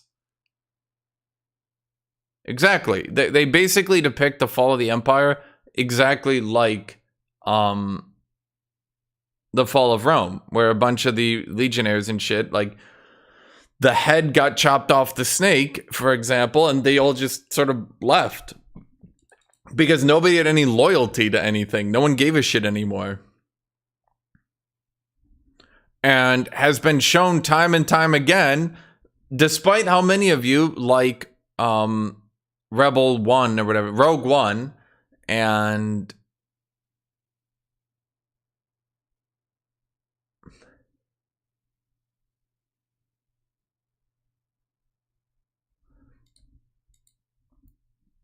despite how powerful the Empire is shown throughout the original Star Wars movies, one of the things that doesn't really get discussed / talked about / etc. is a simple fact that actually it's really only Vader's forces. If you look at all the Star Wars movies, literally the only time the Empire is shown as being competent, the only time it's shown is when it's Vader's personal forces. Who, yes, Vader can handpick the best soldiers, fighters, pilots, etc., right? Anyone who's not Vader is pretty fucking incompetent.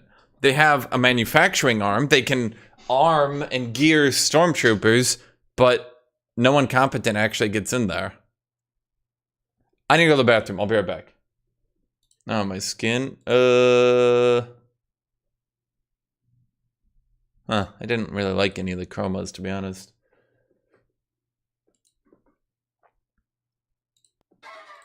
I'll be right back.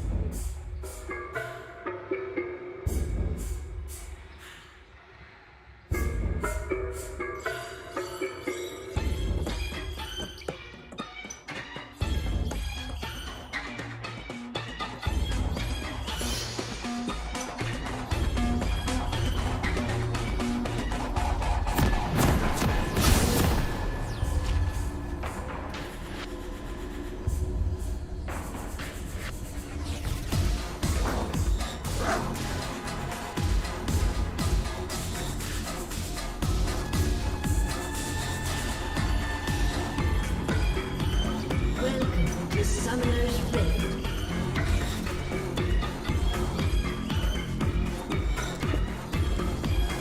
And for the record, that's one of the reasons why Warhammer 40k doesn't really make any sense. Like,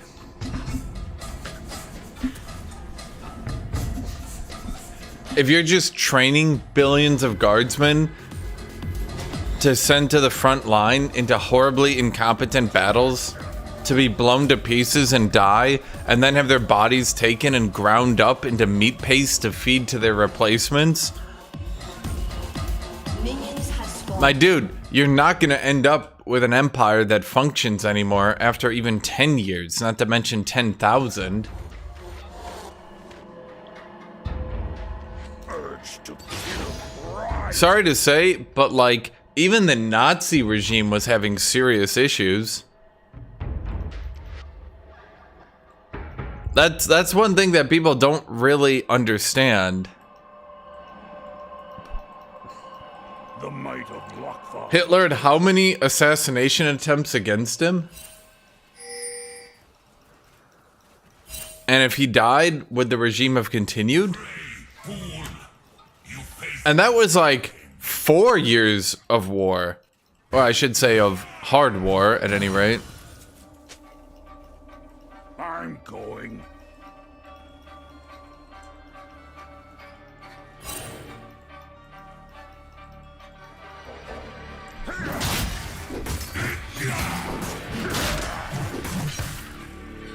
Things tend to work out when you're winning.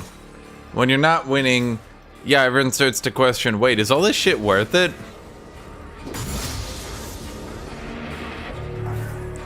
But even the First Order was shown to be having issues. Literally, it opens with a stormtrooper rebelling against the First Order.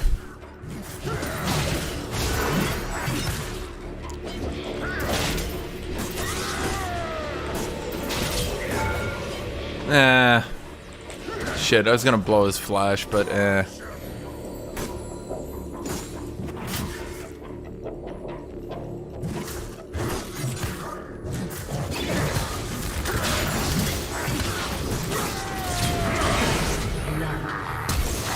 I'm not gonna flash because he's just gonna flash. There's no way.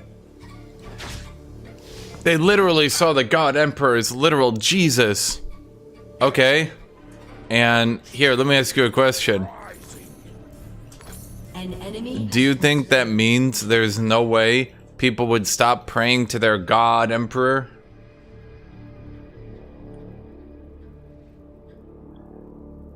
Here's an example that you might see from the modern world. What about, and this is just off the top of my head, literally every religion in human history.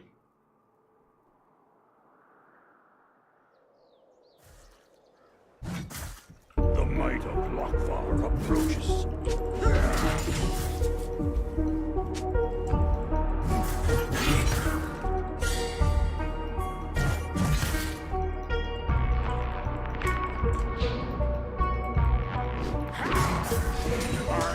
I think just about the only religion being taken at any seriousness at this point is Islam, and I don't think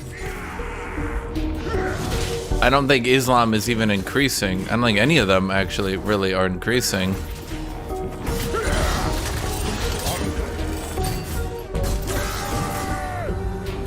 Wow, he wiped out that advantage he built very quickly.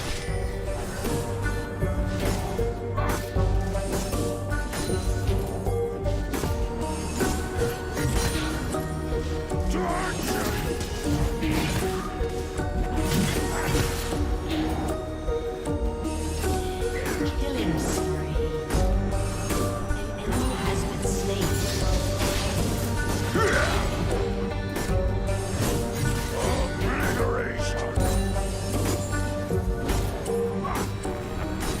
Islam is definitely increasing. No. The issue is, while the amount of people saying they're Islamic is increasing amongst all the actual developing nations, let me give you an example here. In Turkey, you are considered Islamic unless you write that you aren't. Now, how many of you living in Turkey think that, what is it, like 70% of the population is hard practicing Islam? And how many of you think that the people who even say they're Islamic are, you know, really even that Islamic? The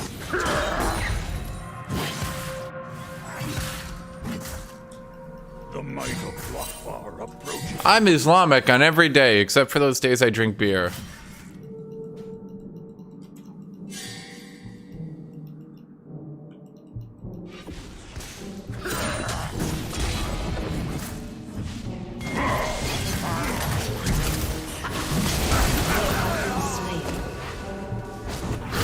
Okay.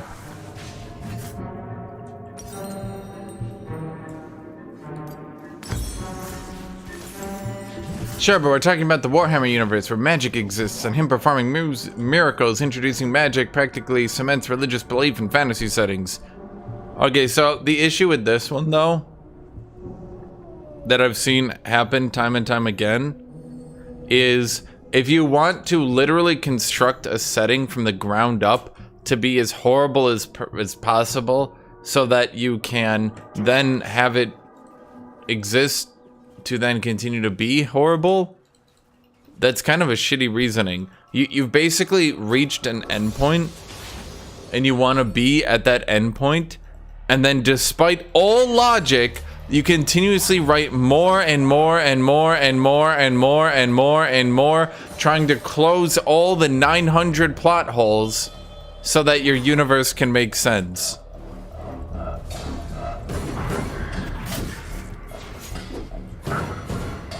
And that's where Warhammer is at. A universe that is so deep and lore written because they need to close 900 trillion plot holes that get created every day, kind of showing why their universe would not really work.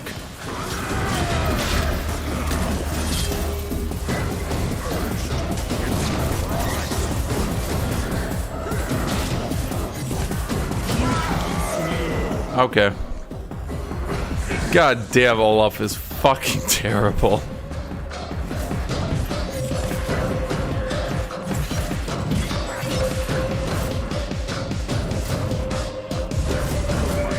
Every time I play Olaf, all I think of is this champion is fucking terrible. Whoa, come on, guys. Hearthbound Axe is just as good as Serrated Dirk. Come on. Right? I mean, Serrated Dirk's 100 gold more. Certainly, it's not like 500 more gold as stats. Certainly. Right?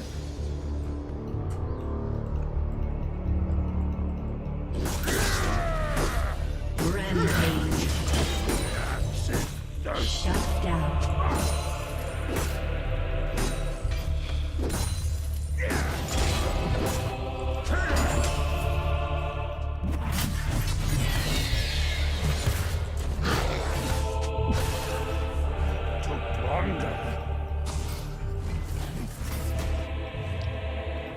I thought that was the original intention of Warhammer, though. No. The original intention of Warhammer was to show that fascism was fucking stupid by constructing a universe so stupid that it would be the only possible universe where fascism would be acceptable. But then actual fascists started to think, man, that universe is so cool! So then they just went with it. And now they're living in a universe that was intentionally constructed as terrible as possible to justify fascism.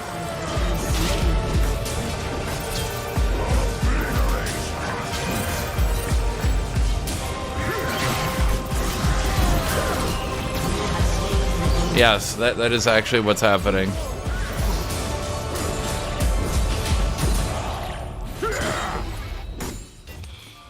Urge to kill rising. If you say so, Hash, LMAO. What? Dude, that's literally the reasoning. Wait, you know Warhammer 40k was originally constructed as a joke, right? Do you not know that? That's really common knowledge, my dude.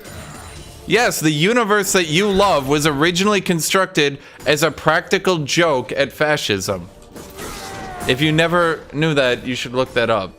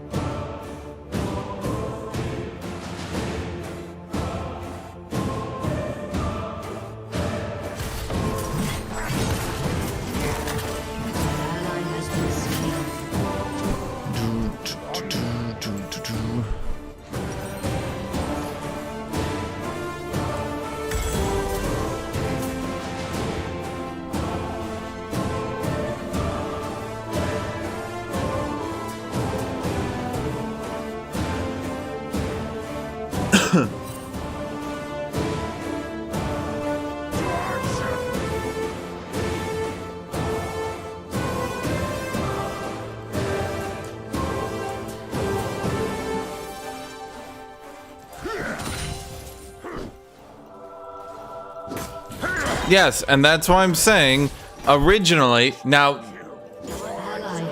you can say the actual reasoning. Like, yes, they did want a space setting, right? So it's not like they came up with the very concept fundamentally of Warhammer 40k to make fun of fascism. That's just why the plot is the way it is, right? But even with that in mind, yes, the idea for Warhammer 40k and its story and all that was basically fascism stupid.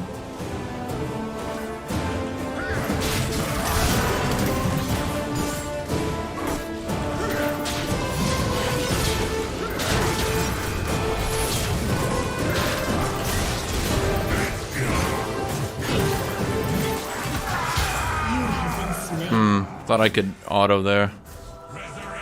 Where the fuck are my Olaf Bobs?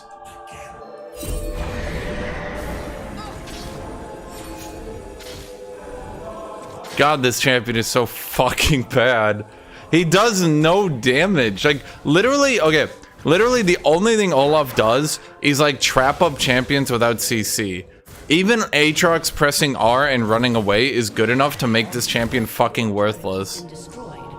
Jesus, this champion is so fucking bad.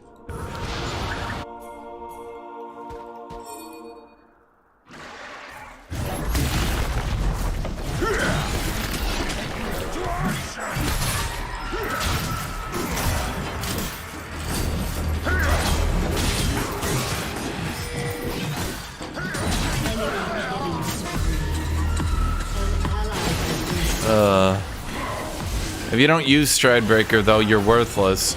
You have to choose. You can do some damage with Trinity, but the damage with Trinity isn't really that good. Like, over Stridebreaker, Trinity doesn't really even give you that much more damage. It's a little, sure, but it's not like that much more. But then if you go Trinity, they dodge 1Q and your ult turns off and you're dead now.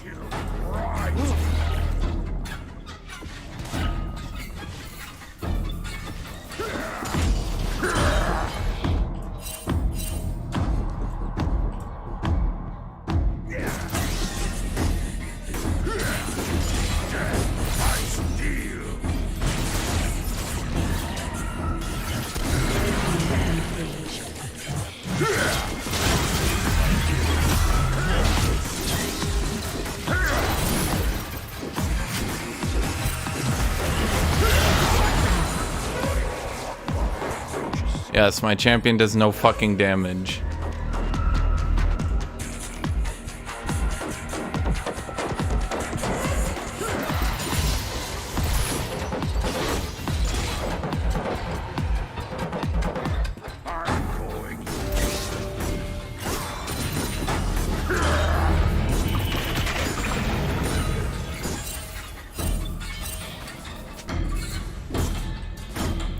Why is Aatrox out autoing Olaf? Because as you continuously progress throughout the game, Aatrox heals more per auto and does more damage per auto than Olaf. Because despite people's memeing and funnery and haha, actually Olaf does no fucking damage and doesn't heal at all either.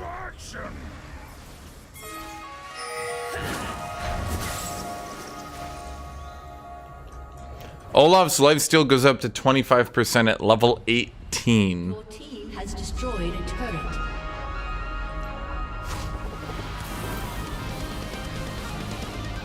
Aatrox in ult still heals how much? I need to look this up. At level 13 in his ult, Aatrox heals 45%. Urge to kill. So right now, Olaf is healing 3 times as much as me. Sorry, Aatrox is healing 3 times as much as me. Yeah.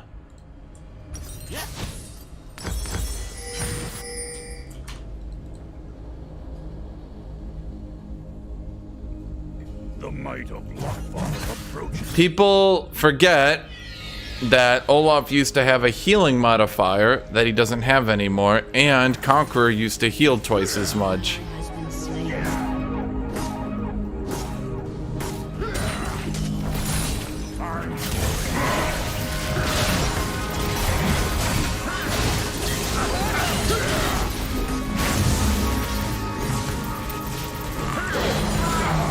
Ah, You have been slain.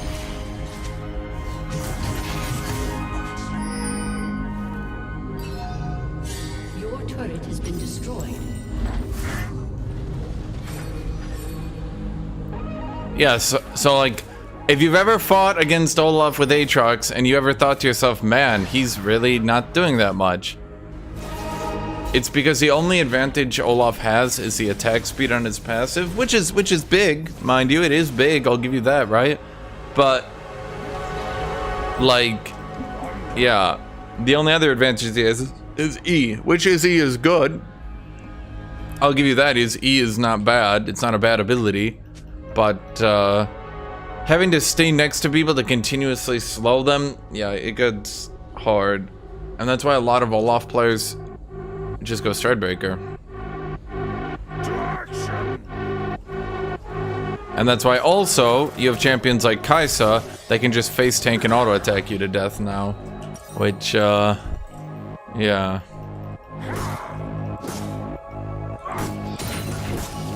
Couldn't Skarner have just ulted me there, by the way, and healed?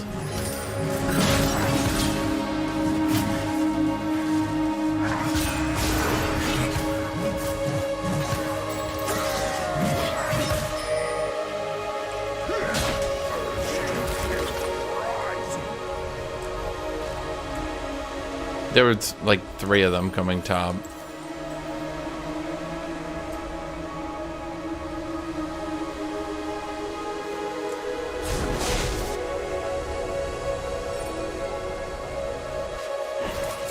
If Aatrox used to build damage, he would get one shot, so it didn't really matter if he could full heal every other auto attack.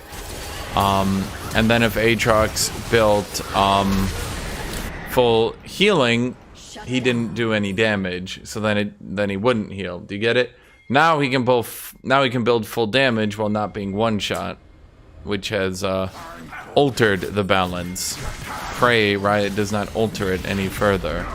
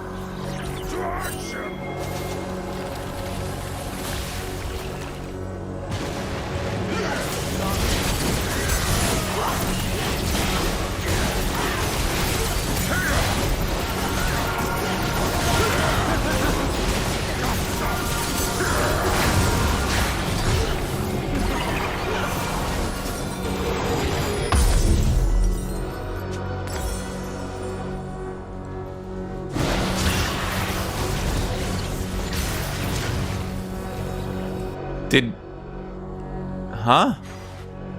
Urge to kill rising.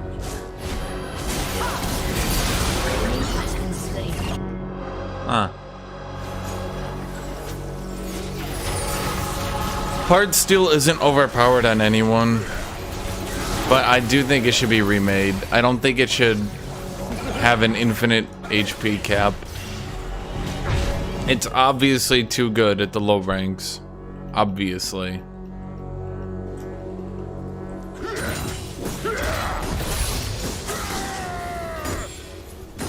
Faster to battle. Like it falls off and becomes extremely shit at the high ranks, but at the low ranks, it does not. Which has been causing some obvious balance issues. I think they should make it so you can get 1 stack per level. So effectively, it's unlimited, effectively, at the high ranks, but at the low ranks, they kind of keep it in check. Then they could make the stacks update their HP.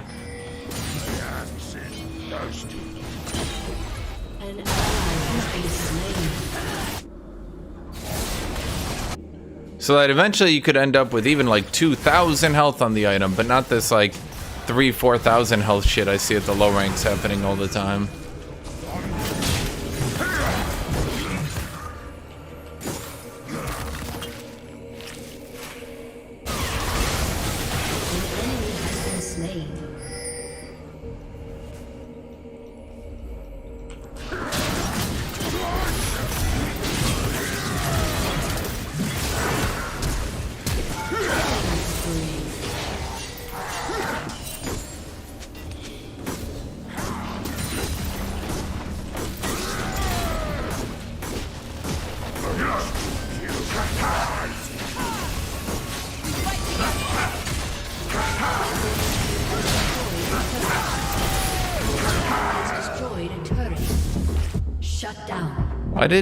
Why did Aatrox try to run past me, and why didn't he just E back over the wall?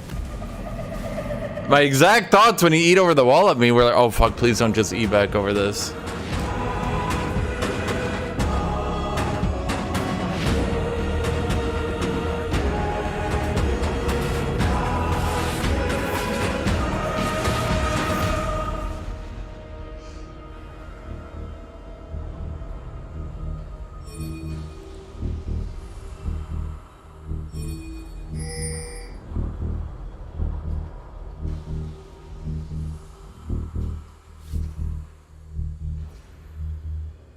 The might of Lokvar approaches.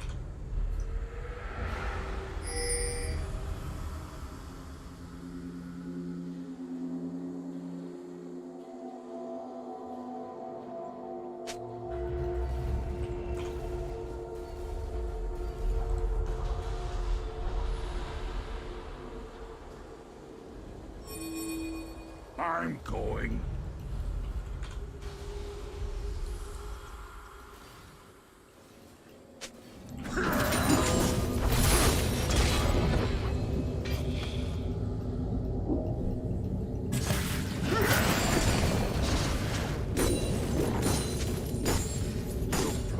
Can you borrow my cat tree? No.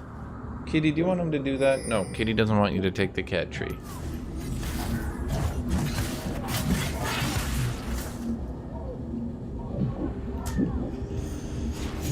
Well, we got Sterixy Gagey Gauge.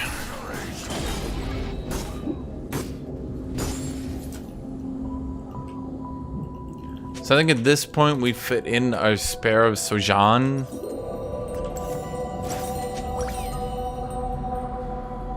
God, that's expensive. To action!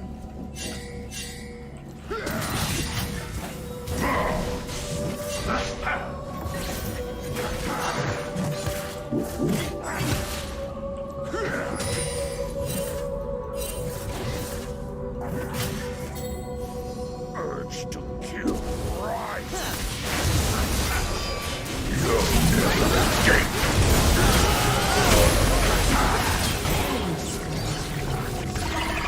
Huh. Why don't we see Yone's and Diana's going JAK'SHO every game? The might of Lockfall approaches. Your inhibitor has been destroyed. Because An enemy Diana's not the best jungler in every situation. She's just really frustrating. And love it or hate it, but full squishy teams tend to have issues.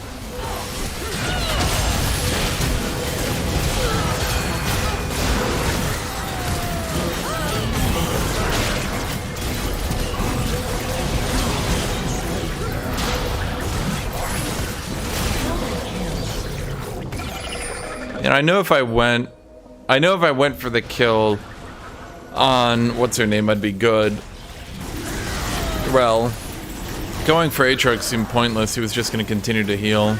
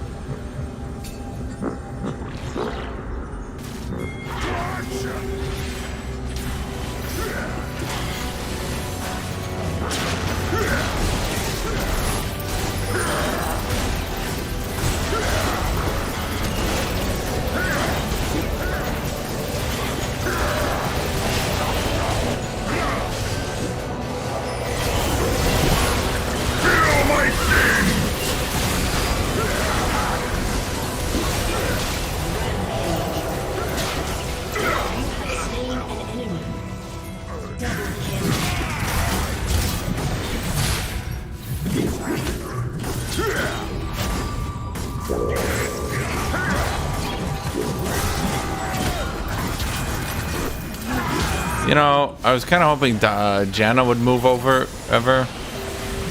Yeah.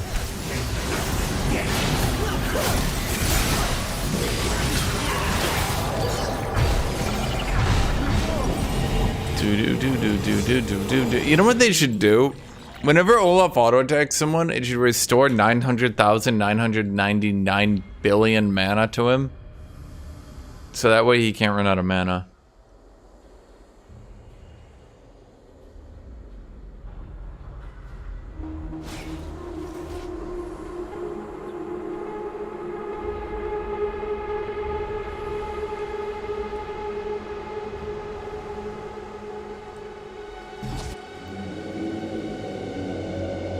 The might of Lockfall approaches.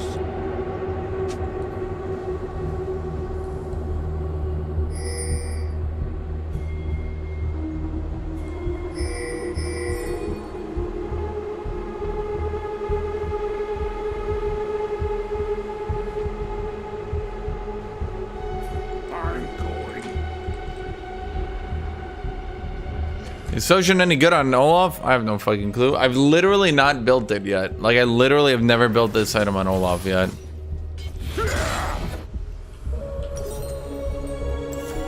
Faster to battle. Your team has destroyed. I was really hoping it'd be better on Juggernauts, but its stat line just makes it better on Bruisers. So, like, it's mostly just turned into a Jax and Riven item from what I've seen. Unfortunate, but what are you gonna do? Has been slain. Shut down.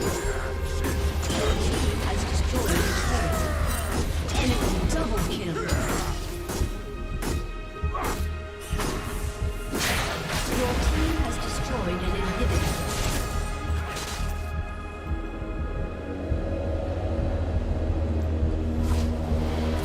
I built it on Jax once, yeah.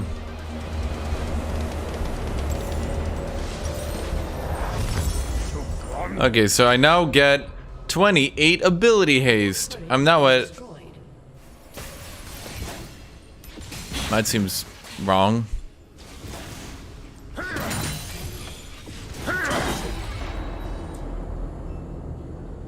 To action!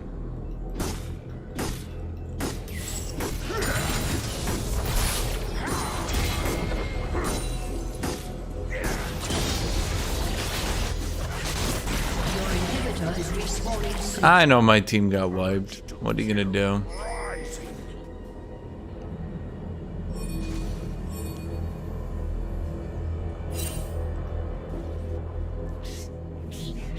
Get my E cooldown down to 3.82.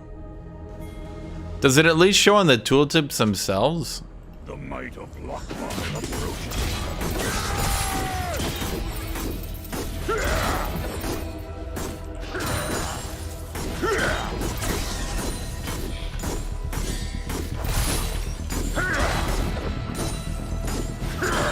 Enemy killing spree. Really? Guys, I was gone for like 7 seconds. How much movement speed am I at? 429. So how much do I get right now?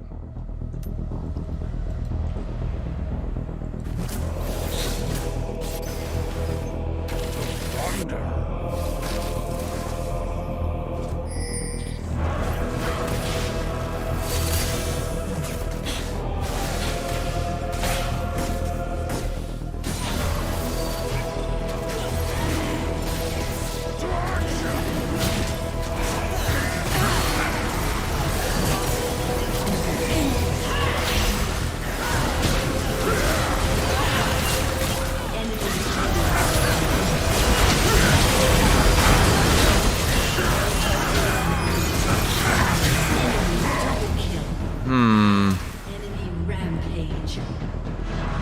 I don't know why we went for Rel, but that didn't get us much.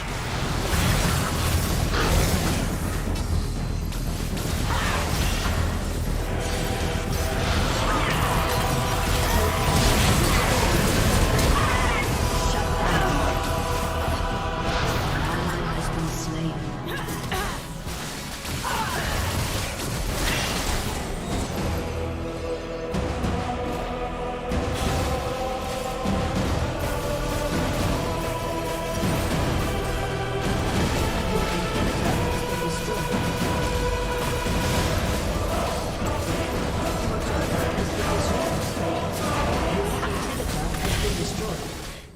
Aced. Well, Urge to kill rising. I could top this off with an Omen now.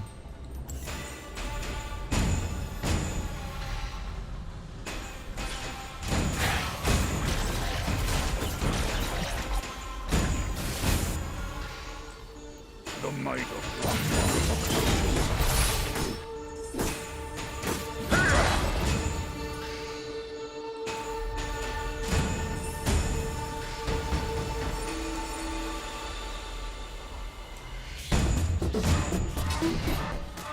I'm calling.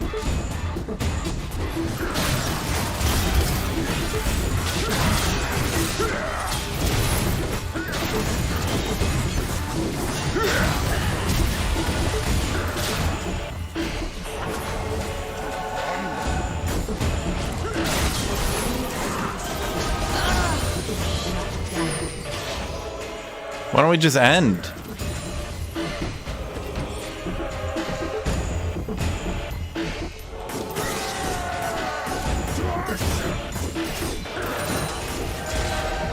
Yeah, I kind of figured I'd be doing more damage after I had all these items and shit, you know? Like 403 damage plus 100, so over 500 damage per auto.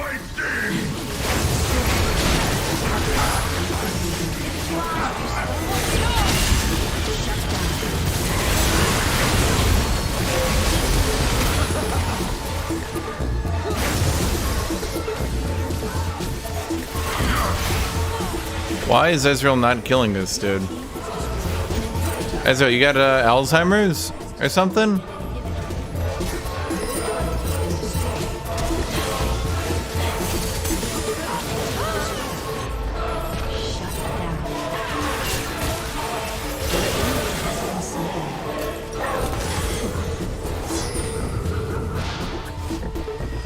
Even going Omen isn't gonna stop Kaisa.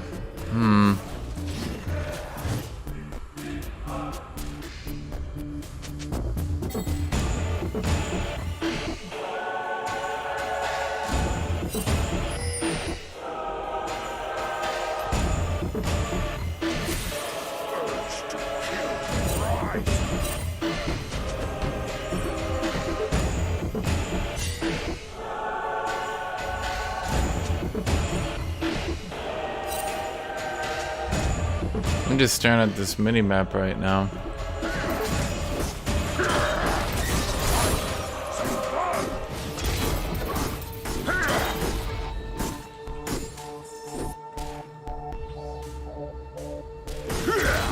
What? No, dude, Olaf needs buffs. The champion's really underpowered right now.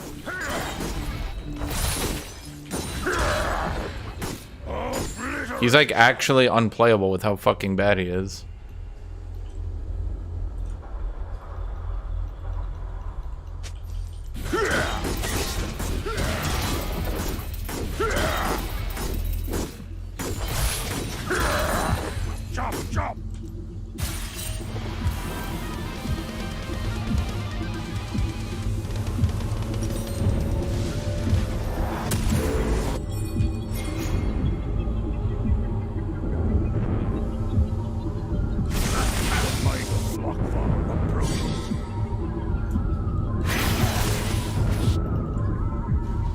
There's a reason you literally never see Olaf getting played.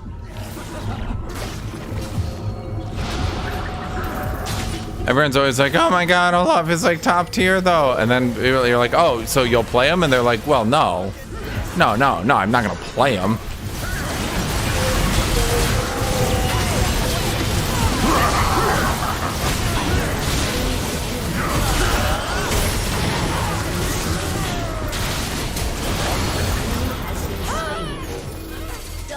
Everyone's like, oh, no, play him? No, oh, God, no.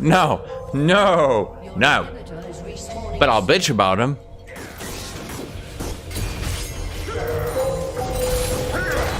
Your inhibitor is respawning soon. There's no way he gets that kill.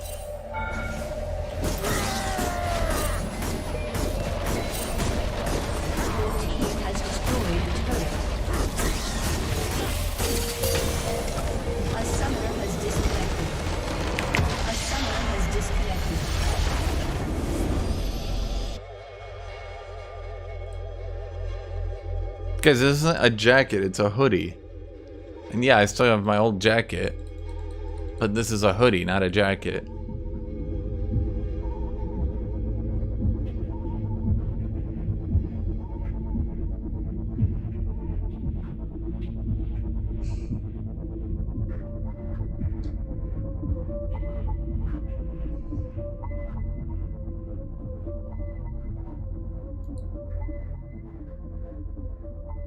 I don't know. You?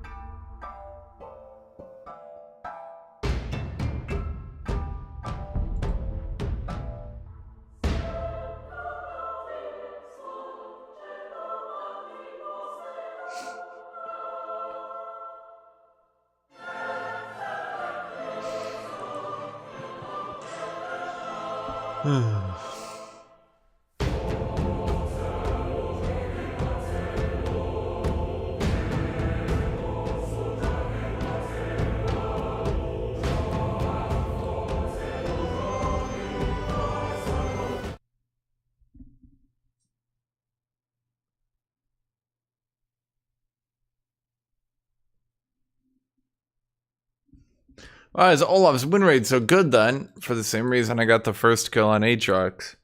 Olaf is low, and I've used all my abilities to get him there. Time to finish him off. No! He has a shield? Oh god, when did Olaf get a shield?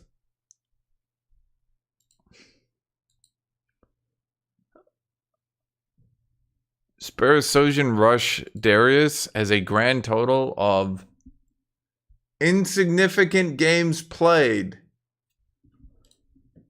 I suspect it's not very good.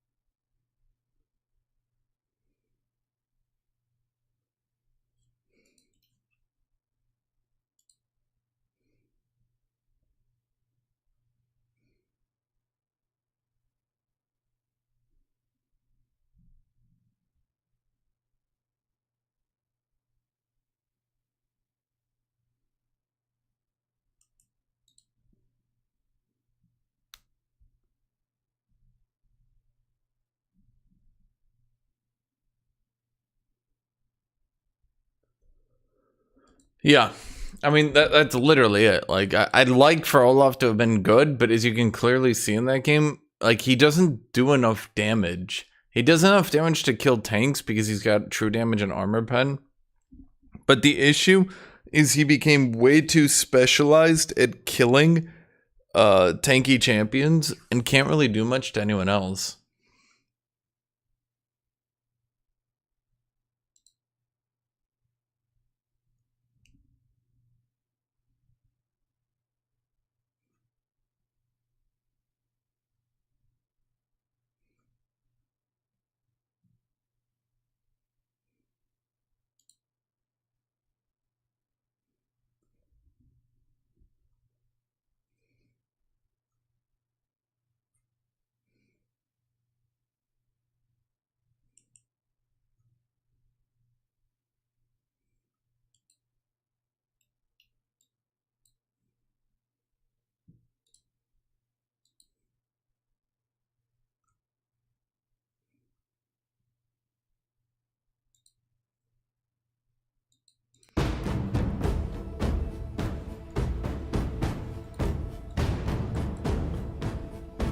Sonic Frontier? Oh boy.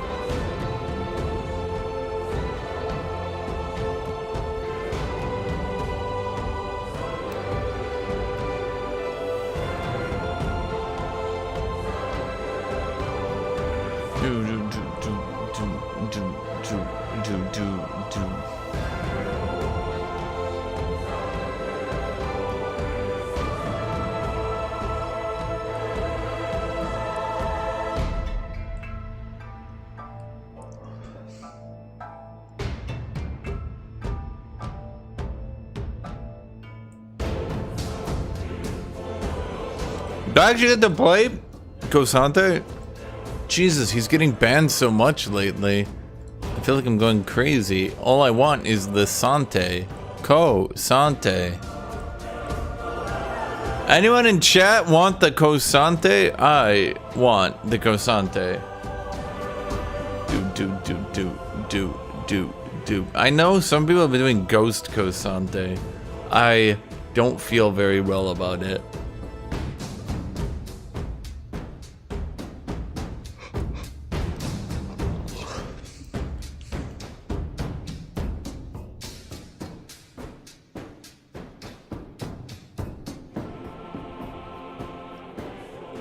Chat, are y'all still going on about this Spirus Ocean Darius thing? Like, I only answered it because it was stupid. I mean, I didn't expect you guys to just continuously go on about it, not gonna lie.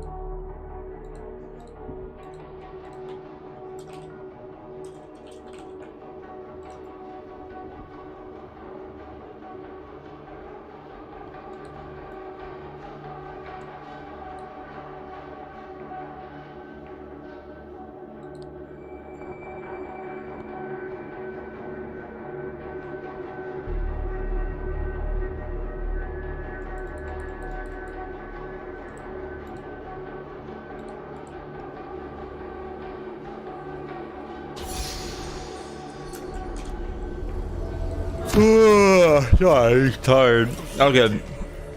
So I'm up against Singed.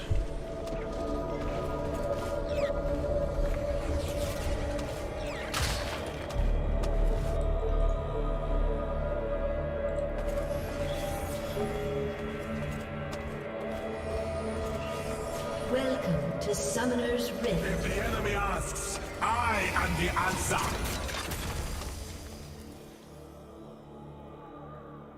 30 seconds until minions spawn.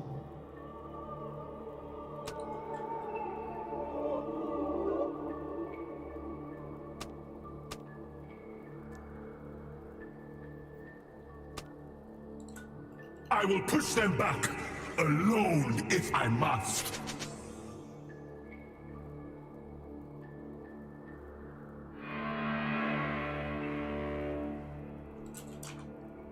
Minions have spawned.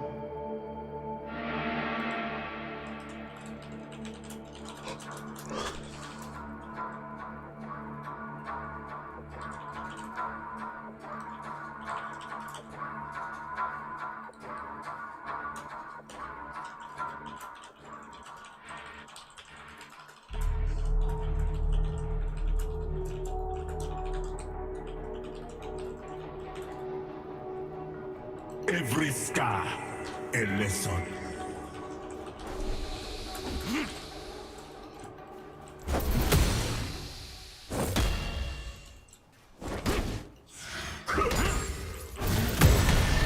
Boom. Damn, I was hoping you would just kind of run up and die to me. That would be a lot cooler.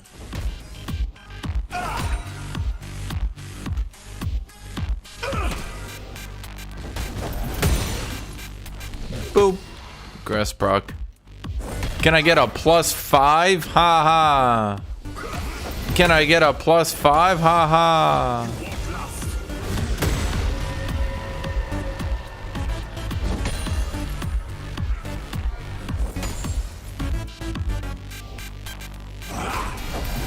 Can I get a +5? Ha.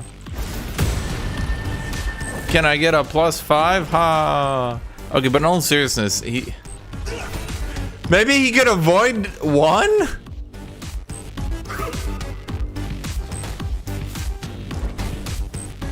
I don't know, dude. Maybe one. I don't know. Just doesn't seem like you're trying very hard.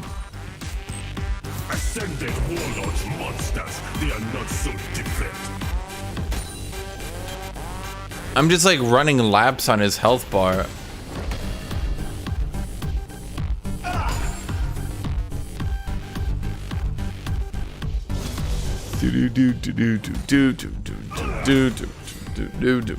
Shift like the sand. Strike like the eagle.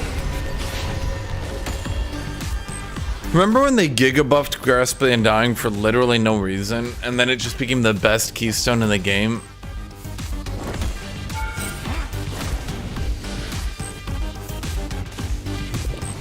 They eventually power creeped other shit to match it, but like, I always wondered, what was the point? Yeah, I know, Kendra's gonna come to kill me. Dude, why did that cancel?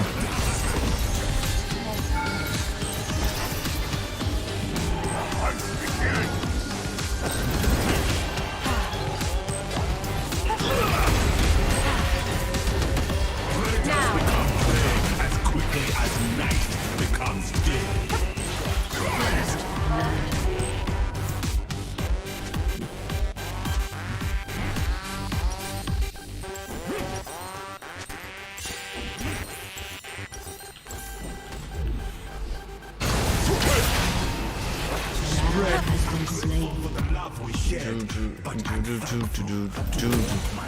Kinda love how tanks have one keystone and now they have one mythic. Which mythic do we say is the one mythic now?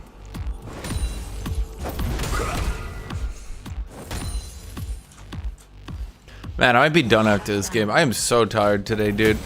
My lack of sleep is finally catching up with me. The desert was my mentor.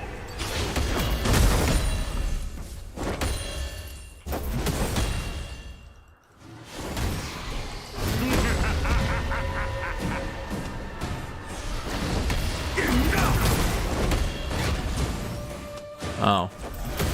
Kinda thought that should have hit, but yeah, sure.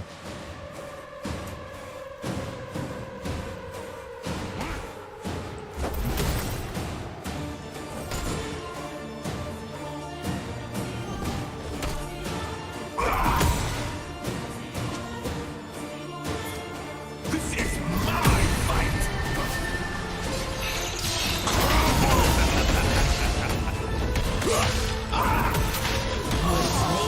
Plus 30, 100, 300. Shut the fuck up, chat. I see you there, chat. I see you making fun of me. You're all against me. I have to kill you all before you kill me, chat. It's the only way to defend myself.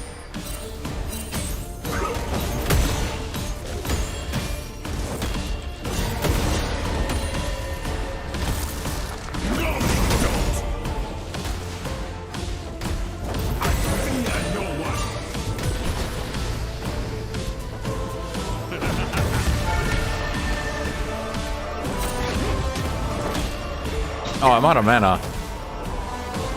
Awkward.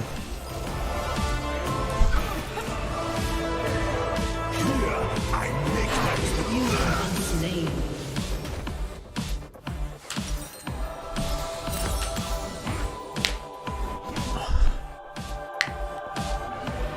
How is this guy bitching so much when, like, he's getting a free game because Kindred's just sitting next to me? Not dead. An enemy has been slain.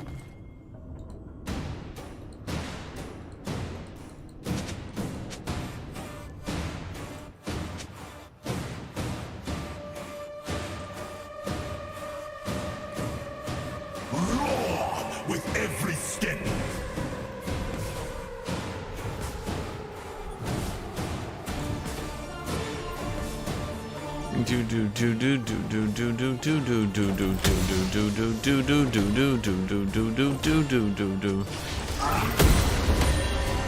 Open battle honors the hunt.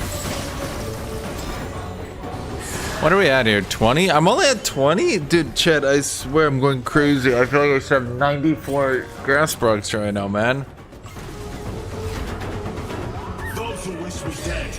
I'll tell you guys why, I'll tell you guys why hard steel is bad. Okay, like, not even memeing, I'm gonna explain it all to you. Your first item being fully health means that you're actually squishier with hard steel than any other tank mythic, okay? Now, it's also more expensive than other tank mythics to try to, like, disincentivize it from being a rush item.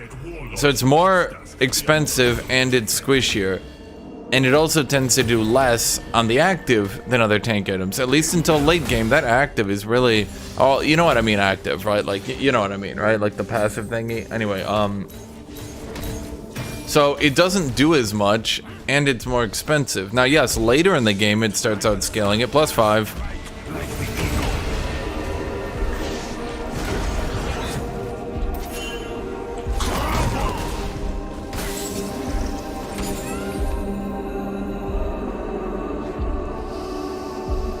Yeah, so first item it's bad, second item it's kind of late. Now, I know what you're saying, but Hashinshin, then why? I'm dumb, why? Okay, well let me explain why, chat. The reason why you keep seeing it is because A, low rankers fucking love stacking mechanics. They just like, they literally like piss their pants. Someone's like, you can stack infinite health, I guess, hypothetically, and they're just like, like they literally just piss their pants at that point. They just shit themselves. So yes, that's why everyone's been going it. But is it good? At the low ranks, it's okay. At the high ranks, it starts getting really bad. Do you get it, chat? I hope I actually took the time to explain this to all of you. Yeah, everyone wants to play the 1v9 Giga Carry, and in order to 1v9 Giga Carry, there's two things low rankers like. One, healing. You could heal 1% of your damage, and they will literally shit their pants. They will literally have shit in their pants from shitting it over the idea that 1% Omnivamp will allow them to 1v9 outplay carry.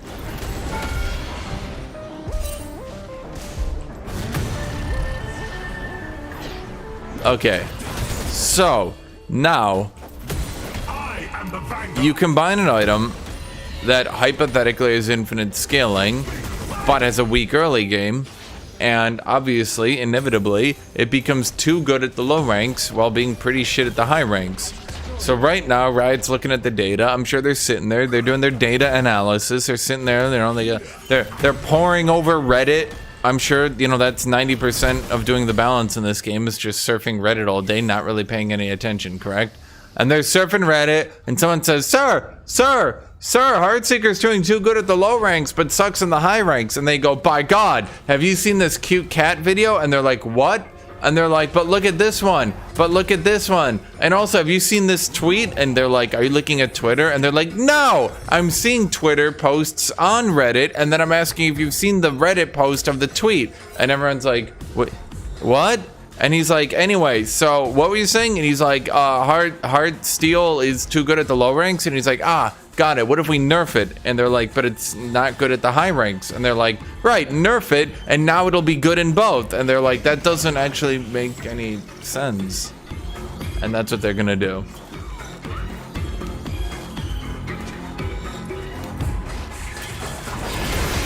Has this explanation been satisfying, chat? Do you all understand?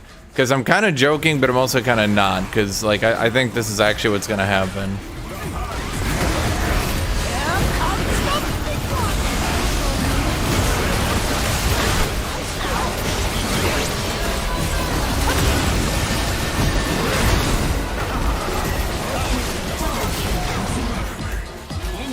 No one on my team killed anyone. Did we at least get the dragon? We did get the dragon.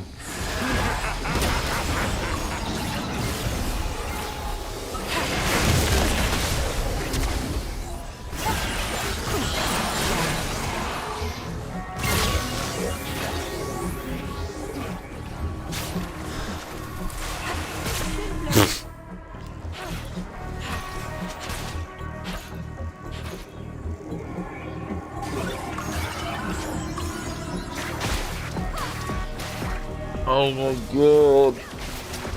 Why didn't they? No matter. So long as I am here. What does that quote actually mean? I've been trying to listen to that quote so many times. What does he goes? Why didn't they? No matter. But what does that mean? I need a. An enemy has been slain. He does say that. Why didn't they? No matter. So long as I am here, we can win. Wait, is he doing like an anti-team blame thing? Why didn't they? Like he's yelling at his team and then he goes, no matter. So wait. No god, king or beast could conquer. I think he's doing like an anti-team blame thing. Like he's blaming his team and then he's like, no, never mind. Yeah, I agree, Rosemania. I think that's what they're doing. They're doing like an anti-team blame thing.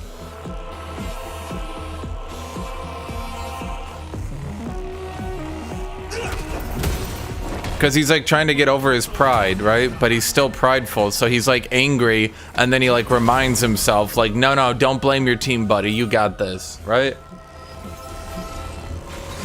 No, that doesn't make any sense. What you're saying is stupid.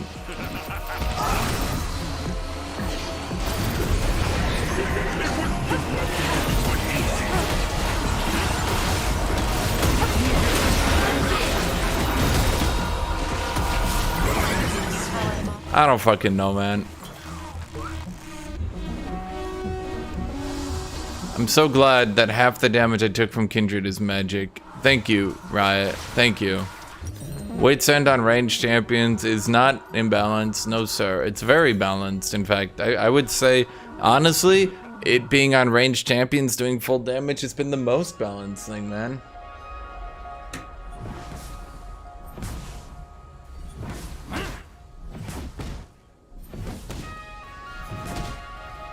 Your turret has been destroyed.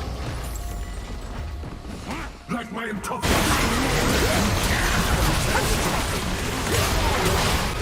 Enemy double. I think I had to make this TP.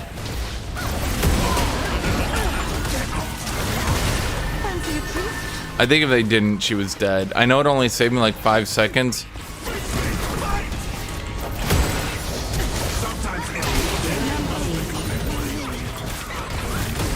Okay, I just stopped their Baron with that play. Or maybe not. I forgot. They have Kindred.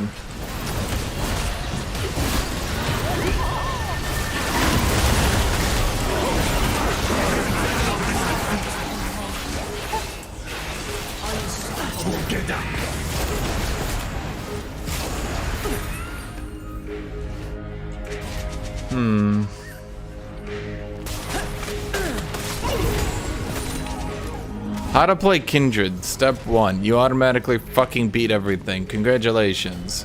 Step 2. Hold down your autism long enough for... Oh no! No, they can't do it! They can't hold down their autism! No, they're dying! Well, we have to buff Kindred then.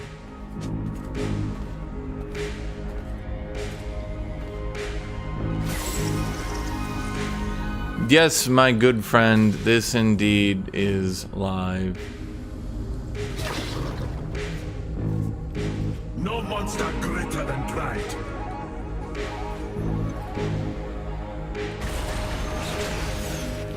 Must I do everything? Come on, man.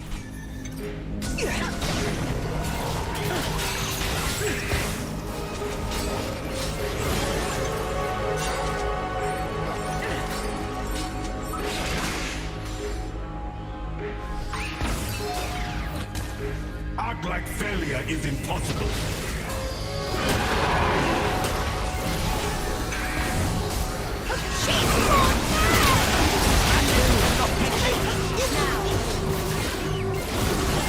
I sure love being a JAK'SHO tank. Now that I'm tanky.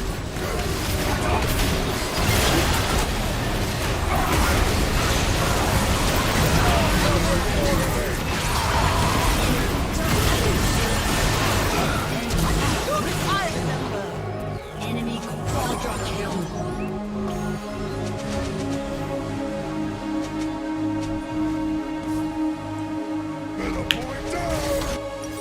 Your turret has been destroyed.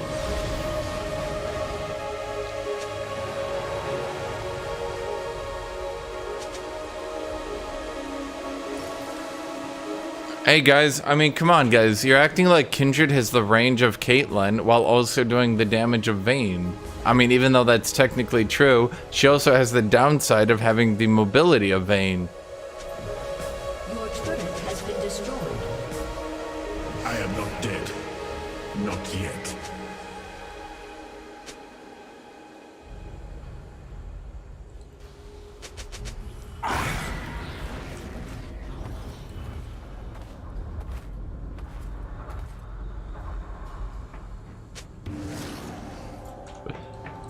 Surrender is a weakling's word.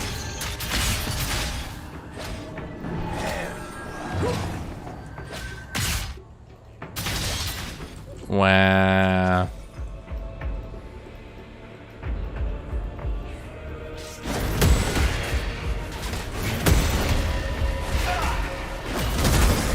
Survival is just the beginning. Same thing you've been typing all game.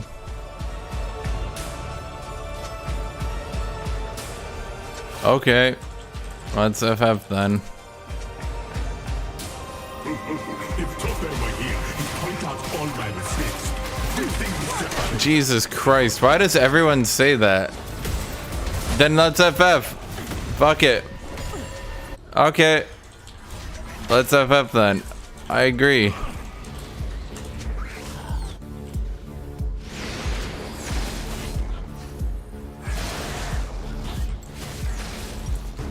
We were friends, then lovers, then apart. Some hunts fail. Some love stories too. Has been destroyed. Enough!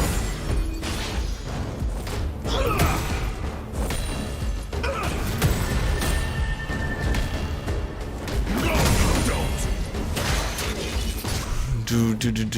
Do. Man, where's the FF foe? Your turret has been destroyed. It's not enough.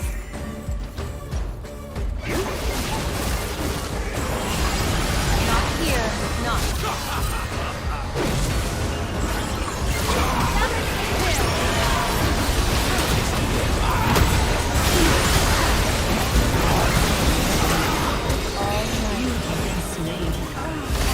Well, okay. Kindred just did 2,300 damage to me. And basically Kindred was the only person who damaged me. What a champion. At least she's not really good early game.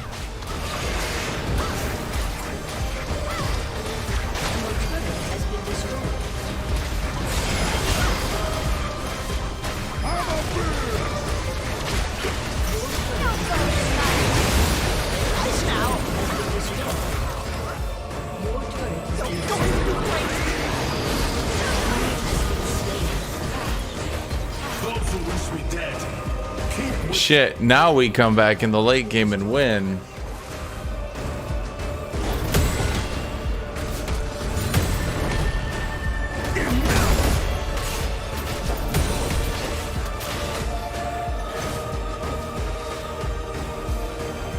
the enemy asks. I answer.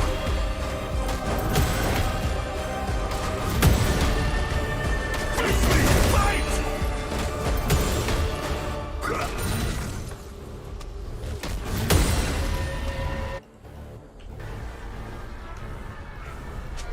I will push them back, alone if I must.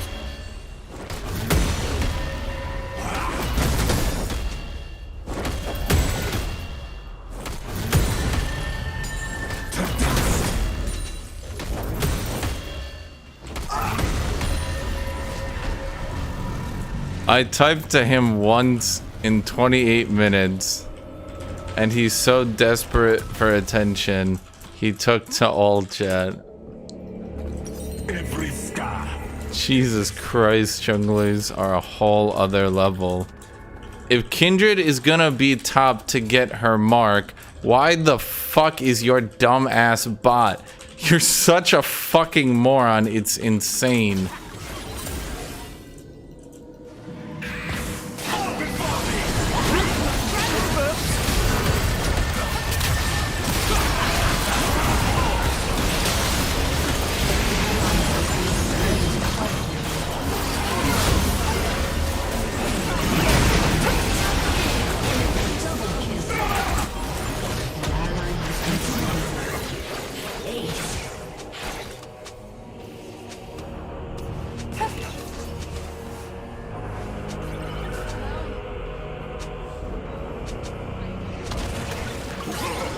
squads, then be top. If I'm getting prio to deny her marks, what the fuck are you doing?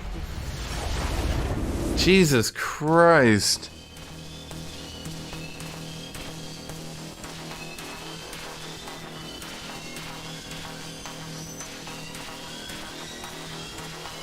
I let Kindred do anything she wanted and then she won. What?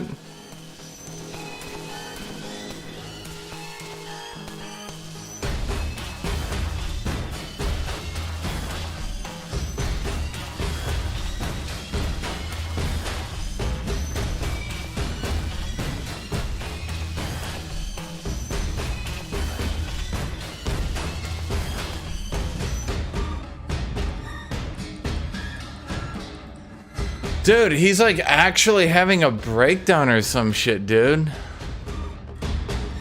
I swear to God. He wanted to play bot with the Mark Top, did absolutely fucking nothing the whole game, grabbed the dragon, which was nice, but then act like because he grabbed the dragon because Kindred was spam ganking top. So you were trading dragons for top. That's fine, and I ended up far outplaying their top laner. But what the fuck did you do, man?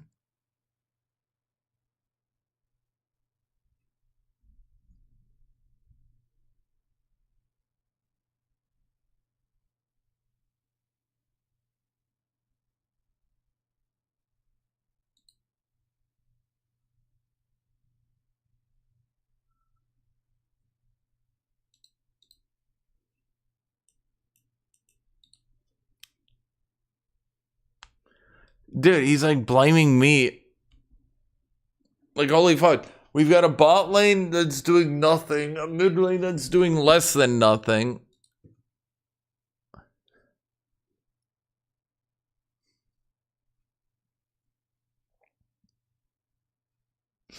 Dude, I think we're done for now. I am so tired. I'm gonna take like a little bit of a nap. I'll probably do a video later. This time for real. This time for real. But I think I'm gonna go lay down. I am so tired. I'm gonna be back. Bye-bye, everybody. Kitty, you are always napping lately. You're a nappy cat. Alright, bye-bye, everyone. See y'all. Have a great rest of your day.